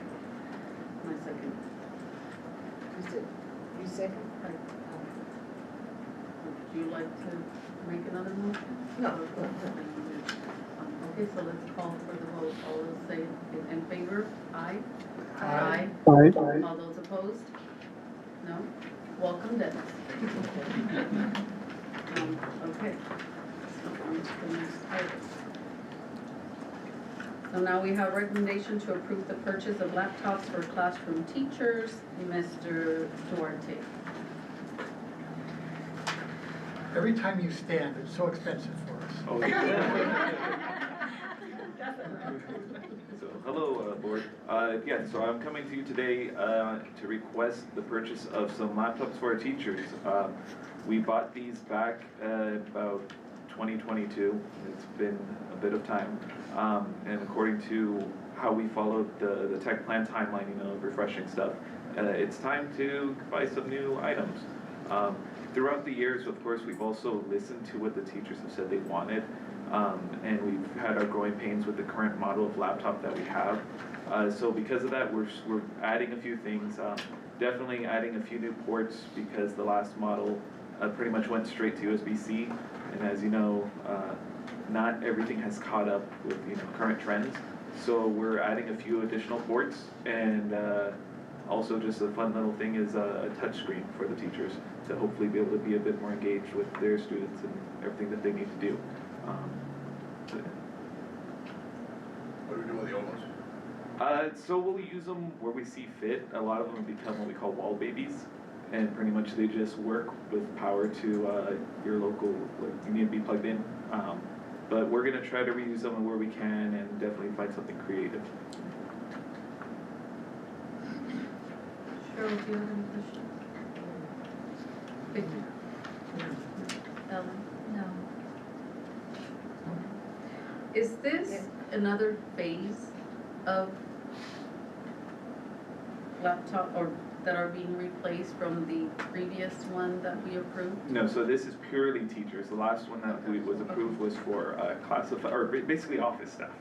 So now, Okay. because those were two purchases at different times, so yeah, following suit. Okay, thank you. I can say there is a particular high school English teacher who I know watches our lives who has a fan under her computer, so she better take a new one. So I'll make a recommendation to purchase laptops for classroom teachers. Second. Sorry. Call for the vote. All those in favor say aye. Aye. All those opposed? Approved. Thank you so much. Okay, we have recommendation to approve the E-rate internet service provider contract award. Mr. Duarte. So pretty much E-rate, I've come to you a few times with different projects. For this one, this is for our actual internet of the school. We have to go out to bid and just pretty much look for the lowest bidder who would want to provide this service. This time around, it looks like Spectrum has won. They are offering the lowest internet, and a bonus points to them is our infrastructure is already Spectrum. So pretty much, once we hand them the keys, there should be no major changes needed. It's pretty much just a new account setup. So that will be an 80% reduction on our internet price. And also additional 10% on top of that with another thing that Mrs. Zawazua has gotten for us. So we're looking to save some money with this. Any questions or discussions? So what drives the cost of internet? Is it number of classrooms? Is it speed? What is it that drives that? It's speed. It's speed, basically. They don't count users or anything. It's a fiber line that we have running to the school. And they're just, it's just because we're a business, they give us a business price to make sure that we're always up and running. And, of course, that means if something goes down, in a local neighborhood, we're off of that entirely. So normally we're safe unless there's some sort of construction where they actually cut into the line. But that price comes with making sure that we're up 24/7. What was the other 10% that you mentioned? So this is coming from something called the California Teleconnect Fund. And it's something that gets tacked on to this bill. So pretty much we just work with Spectrum and they're able to go and say, okay, here's the E-rate discount and now here's this additional discount. We were not signed up for this before and we just got signed up, I want to say in November. So now they are part of that discount program, so we're going to be a part of that. You said this is an 80% discount from what we have now? So no, we currently have an 80%, it's just our contract expired, so we had to go out to bid and look for a new one. So we already had the 80%, but now we'll be getting the 80% plus an additional like 10%.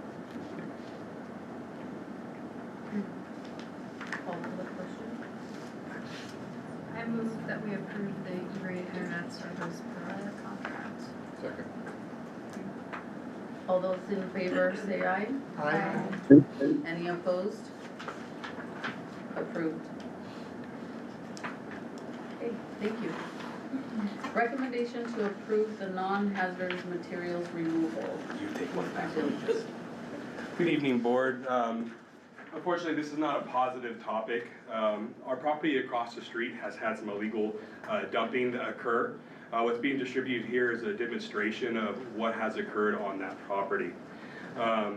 What you have before you is a proposal to clean up the non-hazardous material. It includes a lot of construction material, broken concrete, discarded furniture, construction debris. We found this illegally dumped. It's been excelling here over the last 3 months. We feel like local contractors have found an opportunity to save some money, not take it to the local dump and dumping it on our property. It's beyond the scope of our facilities team wise to remove this ourselves. So we did a competitive bid process through 3 individuals that are coded and compliant in this area. What you have before you is a cost of $28,000 at $650, and that was the lowest bid we had. The highest bid being in the $50,000. What's driving the main cost of this is the weight that we'll have to distribute and put into our local dump on there. One item is a cylinder block of concrete. That's the length of about half of this room and about 6 feet in diameter. That by itself is a couple tons. Mm-hmm. So obviously we have to clean this up. Have we considered potentially putting a fence around the property to prevent future instances of illegal dumping? The next board meeting, I will have about 4 options for the board to consider. The most high cost option is that chain link fence. The lowest cost option is a dirt berm that would prevent driving up from the street into the property. You also get an option to consider regarding security coverage like you see on new development of homes on there, and then an option, multiple options on fencing. One is just a fence along the road that people are accessing the property on, and another cost if we wanted to fence the entirety of the property. Has there been communication with the city about this? Yes, I did that personal connection. The safety department said that was our private property, and we have subsequently gotten fines from that department. No, I understand that. It's happening throughout the community, right? But in communication with them to maybe find out ways that,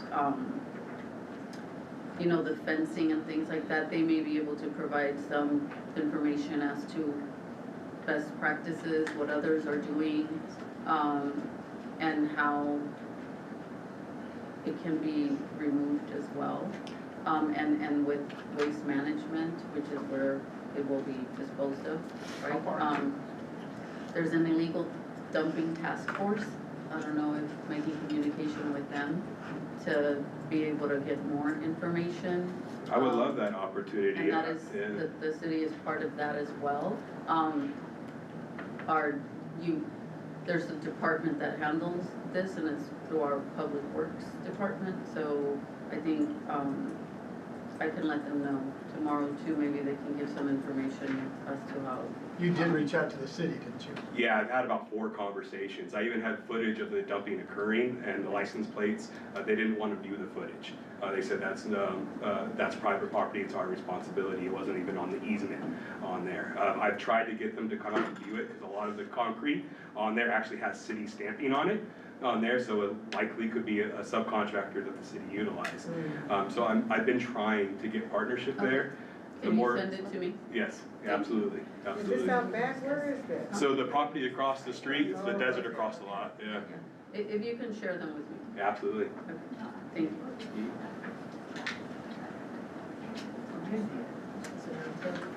I move that we approve the non-hazardous materials removal contract.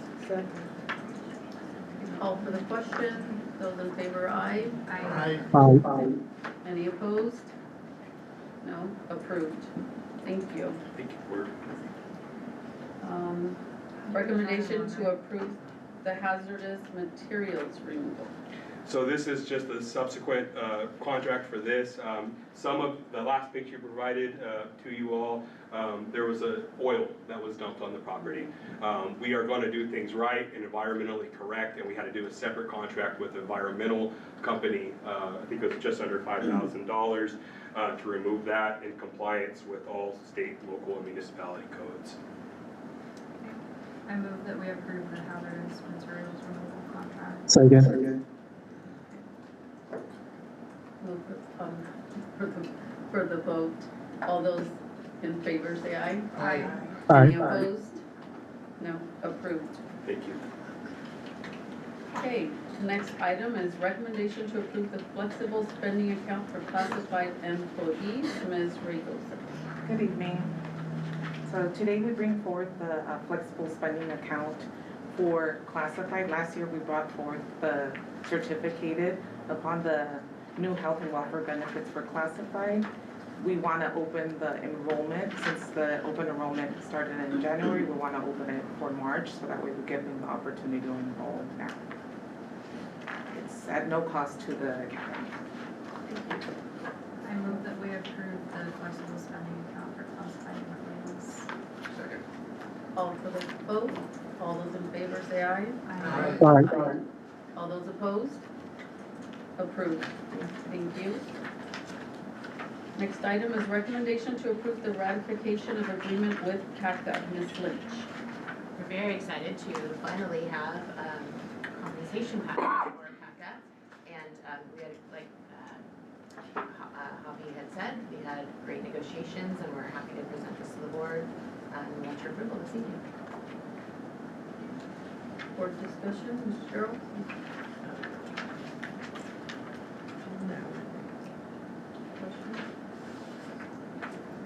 I move that we approve the ratification. Any, no one has? any Just discussion? congratulations, good work. Yeah. Glad thank you. it's done. We're really opposed to $20. Got a first and a second. Person call for the vote, and all those in favor say aye. Aye. Any opposed? Approved.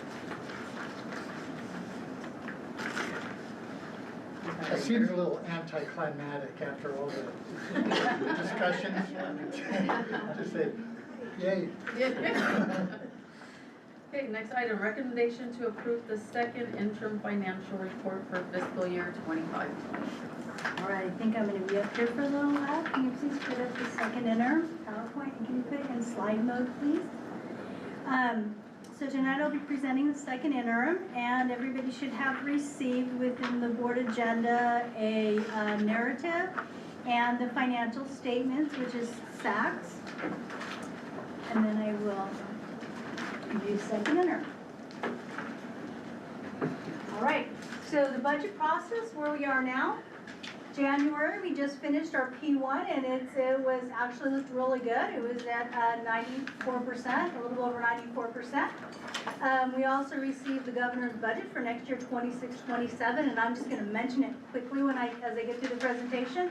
And we're at second interim. Second interim reflects all expenses as of January 31st, and then it's due to the state by March 15th.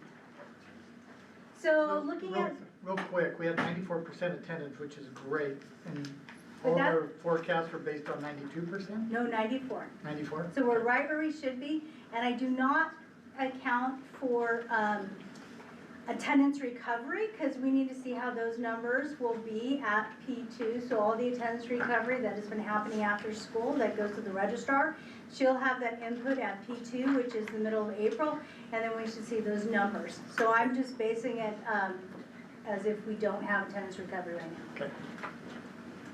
So our second interim assumptions, pretty much the most thing I want to highlight here is because I looked at P1 and it was a little higher, and so I recalculated projected P2 and it came out to 94.55% as opposed to 94.00%. So you'll see the adjustment when we get to the revenue. Everything else is pretty standard until we get to the bottom. And down here are contributions, which is to support special education because we don't get enough money from federal and state government. That increased a little bit, and that's because of the salary increases that the board has approved.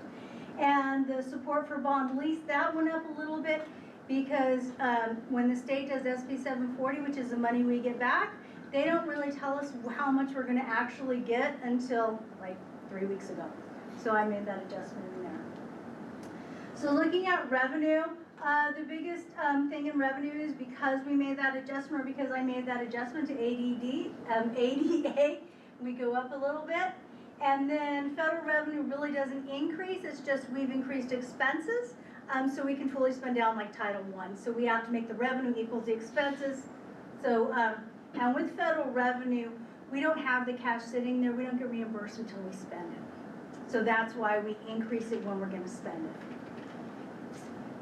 Expenditures, the biggest thing here is you can see the increase. That includes the 2% increase for all the different salary categories.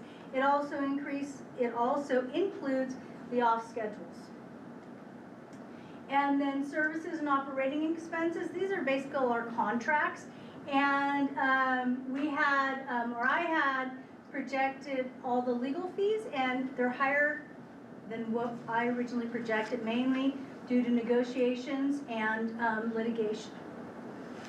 Those are the biggest changes from second and first interim. So what does that do to our net position? It basically, we want to always try to be positive here, so we're positive revenue minus expenses, and it's obviously that decrease because we increase salaries and we increased contracts. And our unrestricted net position, basically it's saying that's money we actually can spend because we have all these other restrictions on the money, and just allocates it out. What's that 3A? Which one? Capital assets, is that just depreciation?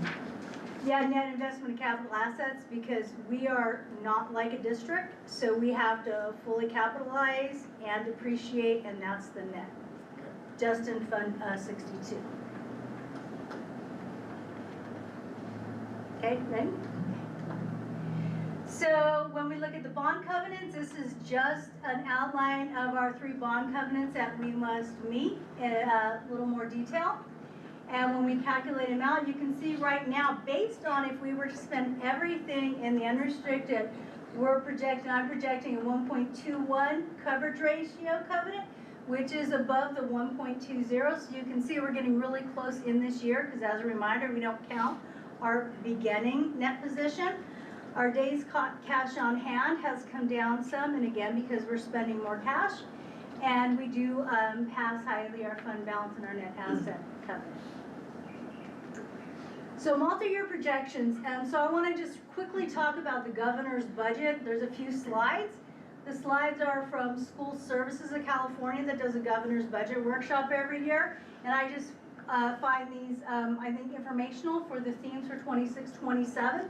The governor came out and said all the wonderful things he's done. This is the last budget he will be doing. But the challenge is that directly affects public education is he's had some creative budget approaches to utilize or not pay back public education. One of the other highlights is in 26-27, he balanced the budget from moving kind of money around, but then for the next outer years, next $22 billion deficit. Next Yes. And the taxes are outperforming, taxes are outperforming projections, and those are the three big taxes, capital gains and sales tax and property tax. But there is a dispute between what the governor thinks how much it's going to increase and how much the legislative analyst office thinks. So depending on whose projections you look at, the deficit can be higher or lower. And the last thing is Proposition 98, not in detail. That's what defines in the state laws how much education gets TK through 12. And you can see we get enrichment, core, and our reserves. And there's this rainy day fund that the prior governor had, and he has depleted the rainy day fund. This $5.6 million is settled up from 23-24 because they don't know how much revenue is until all the property, all the taxes are collected. And instead of putting that in rainy day fund or giving it back to education, he's found other ways to spend it. One of them is he's proposing next year, 26-27, another one-time unrestricted grant. All the things that you can say it's for, but he's projecting it, and again, we won't know if we get it until the state legislature votes on it. I don't have it in the budget because again, it's a proposal, but interesting to look at.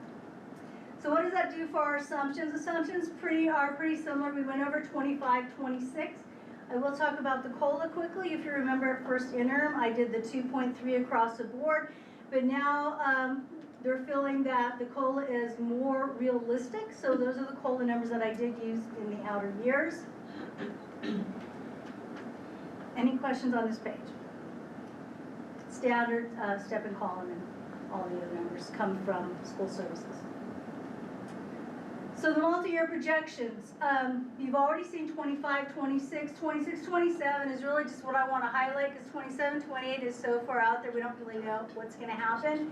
But it looks like we reduced salaries. We didn't reduce salaries. What happens is within the projection system, 25, 26 has all the one-time funding, and 26, 27 it adds the step and column and then takes out the additional amount. Books and supplies shows a projected increase of over $1 million, and that's to pay. We have restricted money in restricted lottery, and that will pay for our textbook adoption. And then service and operations, you can see I brought it back down in 26, 27 for contracts, because we do know that sometimes we do have contracts, and then we find if we utilize them if they are helpful for us, and if not, we reassess them. So when you see this bottom number of $69,380,000, remember that as an enterprise fund, we are combined unrestricted and restricted. So in a district, you would see unrestricted and restricted. The reason this is so low is because we increase, remember I said an increase for textbook, that's restricted. So this is overall. So when you look at net position, really the most important thing we want to look at is the unrestricted net position, and we do show a little increase each year, which is what you hope to see. Back here also, I wanted to talk about real quick the LCFF revenue going up, and that is because we're showing the COLA at 2.41%, and we're showing an increase of students, projected increase of students. And in 26-27, I do the covenants to make sure we're close. And even though we were at that 69,000, and I said that was restricted, we look at the unrestricted here. So it shows we would be meeting our coverage projected. What we know now in this time frame, and you can see the cash does reduce. And we do have the investors. I've had investors call me and ask about, because we do every quarter. I do an annual report that goes through our bond consultants, and then they publish it on all their systems. And that is, again, what I've explained to them is we had all that one-time money that has finally been spent down or been paid back, and so we are reducing our cash. That's it. Questions? Can you go back to the last one real quick? The third covenant there? Yes. You have a requirement of 5% Yes. of asset balance over operating expenses? Yes. And we're at 92%, yes. And that's really low. Why is it such a low requirement? I'm not complaining. Well, what's interesting is when I talked to the bond consultant, and we've had several conversations about when we're going to refinance the bond, and they said most investors don't even look at this because it's like this, I guess, for many. And he says in his new bond deals for the last few years, they don't even include this requirement anymore. So yeah, it does seem, if you were that low, would you be in business?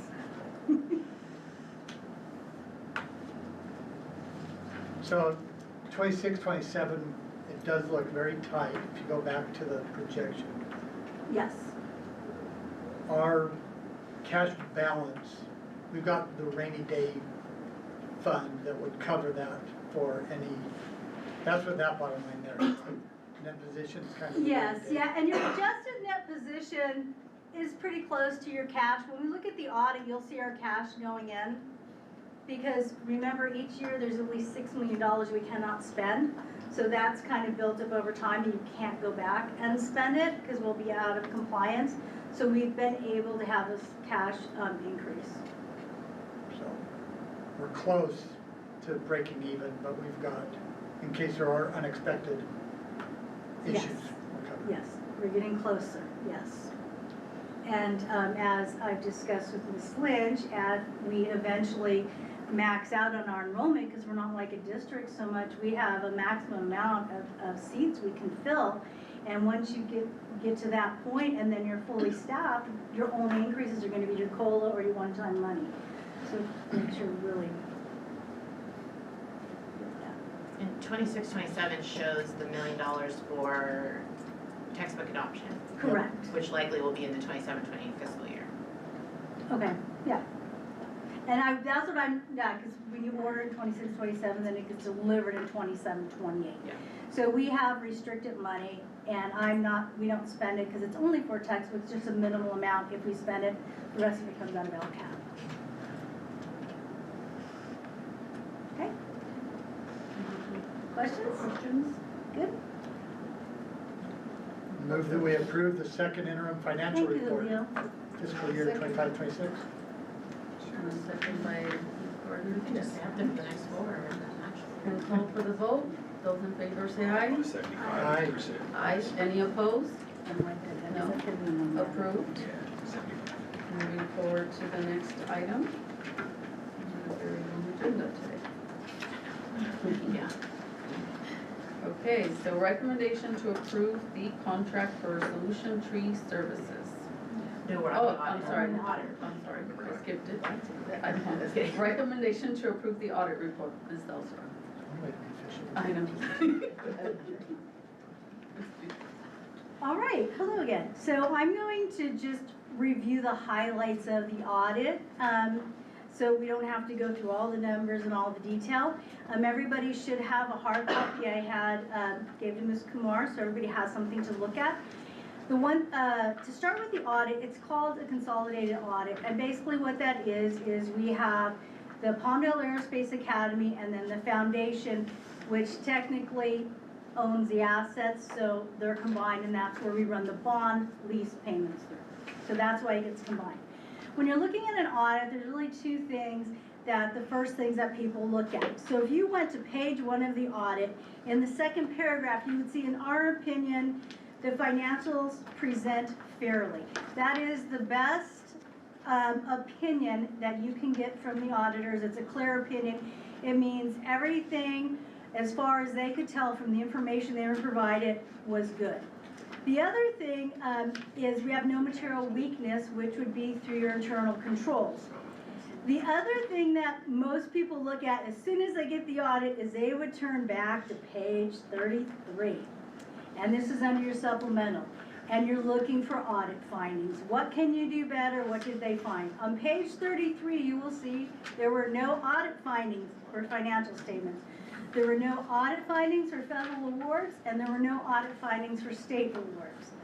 And if you turn the page to page 34, you will see that the audit findings that were from the prior year's audit have been implemented, so there are no findings. So what that means is when it goes to the state this year, we don't have to send them a 2-page letter of what we're gonna do to fix it. So very proud of that, very proud of the business office staff, worked really hard. A lot of different departments come together, from the registrar, ed services, everybody, to compile the information. So I'm really proud of everybody, it was really great. When you look at the financial snapshot, if you want to look at that on page 18, it quickly, I can find page 18, have a tab. Page 18 is really where your assets and liabilities are, and Mr. Knowles, when you were talking about cash, that's where you can see your cash and cash equivalents, how we ended the year on June 30th. There's also a cash flow if you want to go back and look more detail on your capital assets. So this really highlights that we're in good financial position with our assets, our liabilities. The other thing is, obviously, we have available liquidity, and then if you want to look at notes, the other important piece in an audit is people look at all these numbers. The numbers don't really tell you anything if you don't know where they come from. Page 8 starts the notes to the financial statement. What notes tell you is, where do these numbers come from? How are they calculated? What do they mean? What are they compared to from prior year? So if you need some light reading tonight, the notes are always the exciting part for me. And on page 13 and 14, it goes into detail about our bonds, how much we have outstanding on the bonds, and what are the payments for our bonds. Another piece of compliance that is for schools and school districts and charter schools is the auditors heavily, obviously, audit our ADA and our attendance, and they do a lot of testing to make sure what we reported in our P2 is correct, otherwise you would have to pay the state back money. They also look at our instructional minutes, so we pass all of those compliance tests. So at the end, I can say that based on this audit, strong fiscal health, positive results, and solid reserves. And any questions? Very good. Great job. Very good. Very good number. Thank you. Now, with all the issues we've had in the past years, fantastic work, and again, anticlimactic thing for all the effort and pain that's gone into this. Thank you. That's how it feels, right? This is a big deal. Yeah, very good. From what we've had over the last few years, the audit, thank you. Thank you. I was very, very excited. Yeah, and auditing, doing charter schools is different than districts, so it's been fun. I like it. I've been on the board for almost 7 years, and I think this is the first year that I've really felt confident that we are doing the right things and have the right leadership and actually believe everything that we're seeing. So thank you and congratulations on not getting any findings. Yes. Great job. Thank you, Ms. Lynch. Thank you. So I guess we need Couldn't do to, without her support. I move that we approve the audit report. I second that. Call for the vote. All those in favor say aye. Aye. Aye. Barat's still on? And all Yeah, those- I said aye. And all those opposed? We approve this item. So now we move on to recommendation to approve the contract with Super Co-op JPA. All right. That would be me again. Before I talk about the Super Co-op, I wanted to show a little video.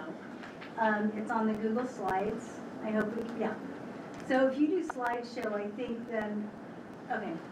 So I don't know how the video is going to work. So before we go to this, we've been talking about food services, but I wanted to show you some pictures of really what's going on in there, and I'll just kind of talk through them as we go through them.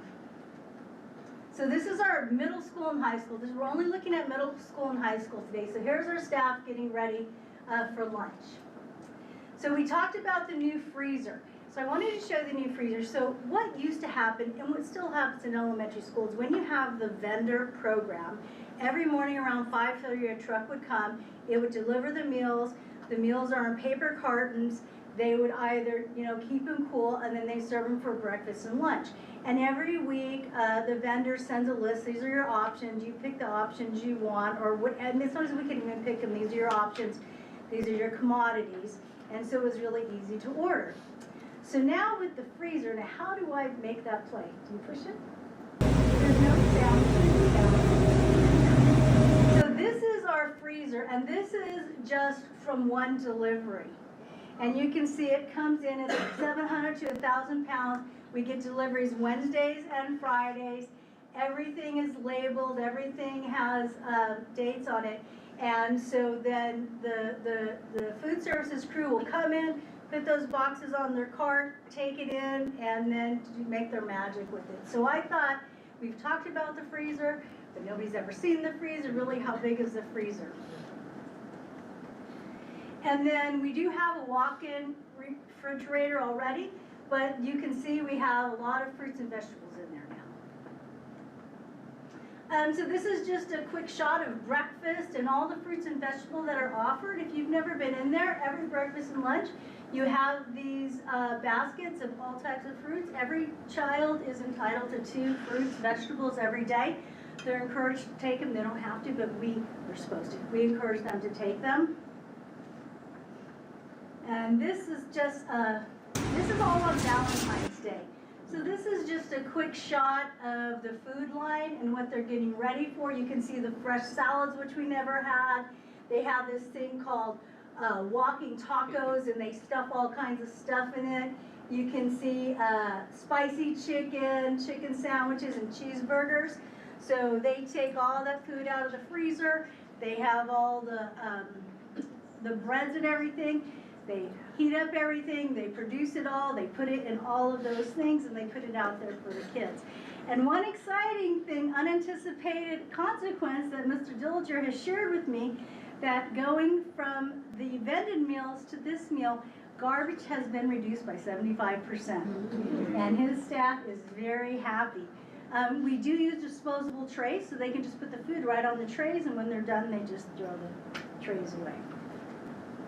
And this is just breakfast and lunch, and the kids, this is middle school coming in, and we do have 2 lines now. We used to have 1 line, now we have 2 lines, 2 cashiers. We also have the milk. We do have a contract with the dairy farm, so we do get our milk. And the strawberry milk is really fun. It was Valentine's Day, so Miss Zapata got a strawberry milk and cookies that are in compliant, and they meet all the USDA standards for serving food. They're not from the grocery store, so I just wanted to share that with everybody, because we always talk about it, but you don't get to see it. Thank you, Julia. The visual is very good. So what this contract is it's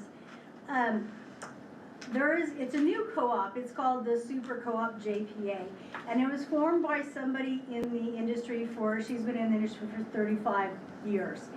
And she sees a need for charter schools, having the inability to be able to purchase all these different foods. So when you have a vendor, like I said, it's easy just to purchase from the vendor.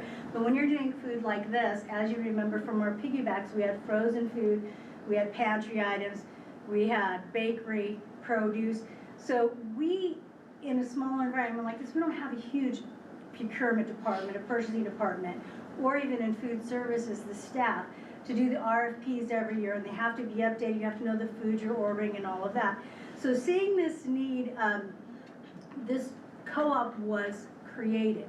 And so what this is to be members of this co-op, and there is a fee to it, but it's a minimal fee as opposed to having to hire another person. And what they do is they go out and they get all the RFPs. And so we can order directly from all of those vendors. They have the guidance. They make sure everything is USDA approved, because the other thing we found when you start doing this type of vendor meal or prep meals is you obviously have to follow all the guidelines for the food, for the nutrition. We had to create menus. You have to hire somebody to do the all nutritional content, so on and so forth. But this company, because it's the co-op, and I think they call it the core nutritional, so they'll manage all the pieces of it, and all we have to do is use them to order from them. So Food Services and I are asking for approval for this co-op. Any discussion, any questions? I recommend the approval of the contract with the Super Co-op. A second. Call for the vote. All those in favor say aye. Aye. Aye. And all those opposed? We thank you. You had any feedback from the students yet of the new food? Oh, the students love it. They tell their friends, they take pictures, they share it. The presentation actually. Yeah, the middle school and high school kids, if they have siblings, the younger siblings are like, you know, the older siblings are like, guess what I had today, you know? And I think what I don't know if I shared this before, but we're increased 400 to 500 meals a day. So we're up to 1,500 on certain days for lunch meals. So the kitchen staff just trying to figure out how much to make of everything, because we have to kind of figure all that out. So it is a hit, and the kids are so happy. And one of my favorite stories is one of the students said to one of the food service ladies, when is this going to end? When is this going to end? This is great. They're just waiting for it to end. So the student in our house, he brags to his friends in other schools. Really? So he compares. It's a hit for him. Glad to hear it. That is great, thank you. Okay, so we move on to recommendation to approve the management unrepresented confidential salary schedule for 25-26. Do you want me to start off? Yes, yes.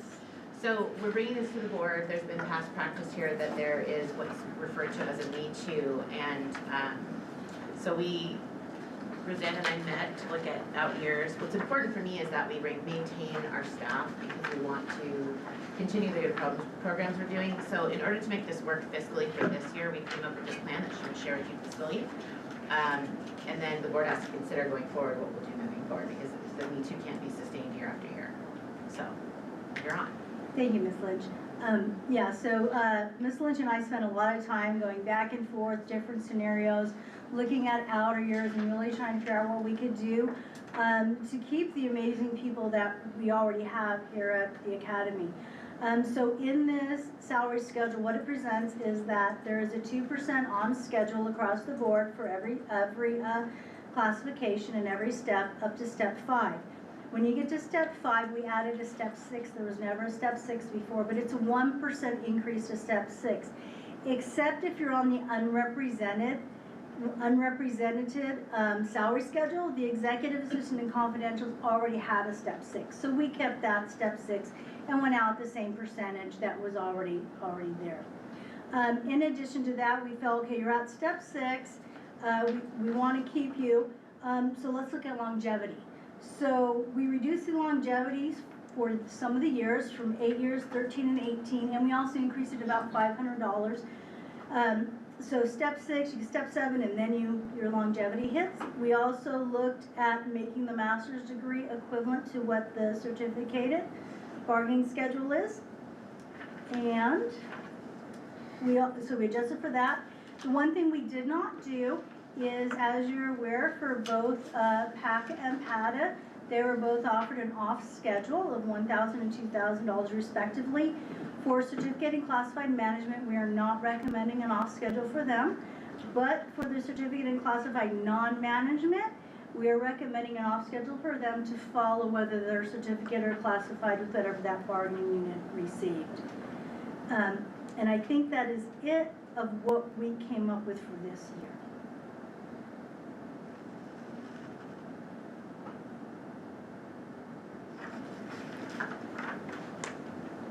Board discussion, any questions? Cheryl? No. Vicky?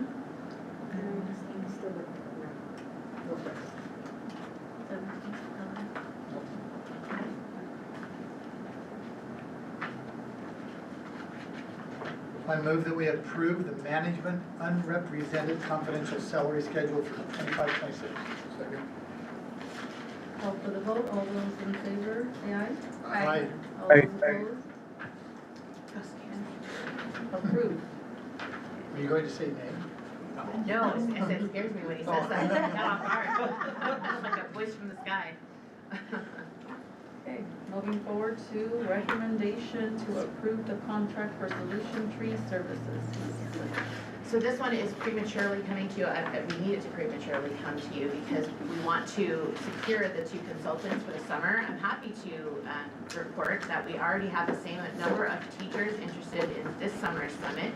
the Student Engagement Summit that we did last year, and the numbers are growing, so we're really excited about that. We'd be offering a 1.0 and a 2.0, so this is that, like, we're not focused on test scores thing, this is how we go deeper with our practice for those who attended last year, and then for the new teachers who weren't able to attend, they can attend this year. So I just want to get our consultants lined up, so we don't make any other plans. How many teachers is it for? Last year it was 41, and we're already at 39 for this year. It was at the And hotel, that just right? went out a couple days ago. Pardon me? That was at the hotel? No, that was here on campus, and it was 4 days with about 41 teachers. And so now we're gonna have 4 days where there's an overlap day, so it'll be a week long. But with the 2 consultants will be here. How many are returning from last year? It's about half and half so far. And then I met with a few, we also, Mr. Dilger and I held our classroom remodel meetings with staff today because Mr. Dilger is going to a conference that has a lot of vendors. We wanted to make sure we knew what everyone wanted. And those teachers were like, oh yeah, I'm going. And I said, but did you do the survey? Oh no, I have to go on and do it. So there's still more. So, yeah. Is there a max? Nope. Yeah, we're using learning recovery block grant funds, which we have plenty to cover. But I will be bringing to the board the plan for that as well, and then also a plan that Mr. Brophy and I are working on for summer school activity. You know, I attended the last day of it last year. I got the response from the teachers, one of the best ones they've ever attended. And that's unusual during summer school, third time out here, the teachers say that, so I was really impressed. For discussion, call for the question. I'd like to make a recommendation to approve the contract for Solution Tree Services. Second. Call for the vote. All those in favor say aye. Aye. Aye. Aye. And all those opposed? Okay, approved. The teachers will be happy because they love our consultants. Okay. So we are now at public announcement regarding closed session. Any public comments for closed session? None? Okay, we adjourn to closed session at 7:41.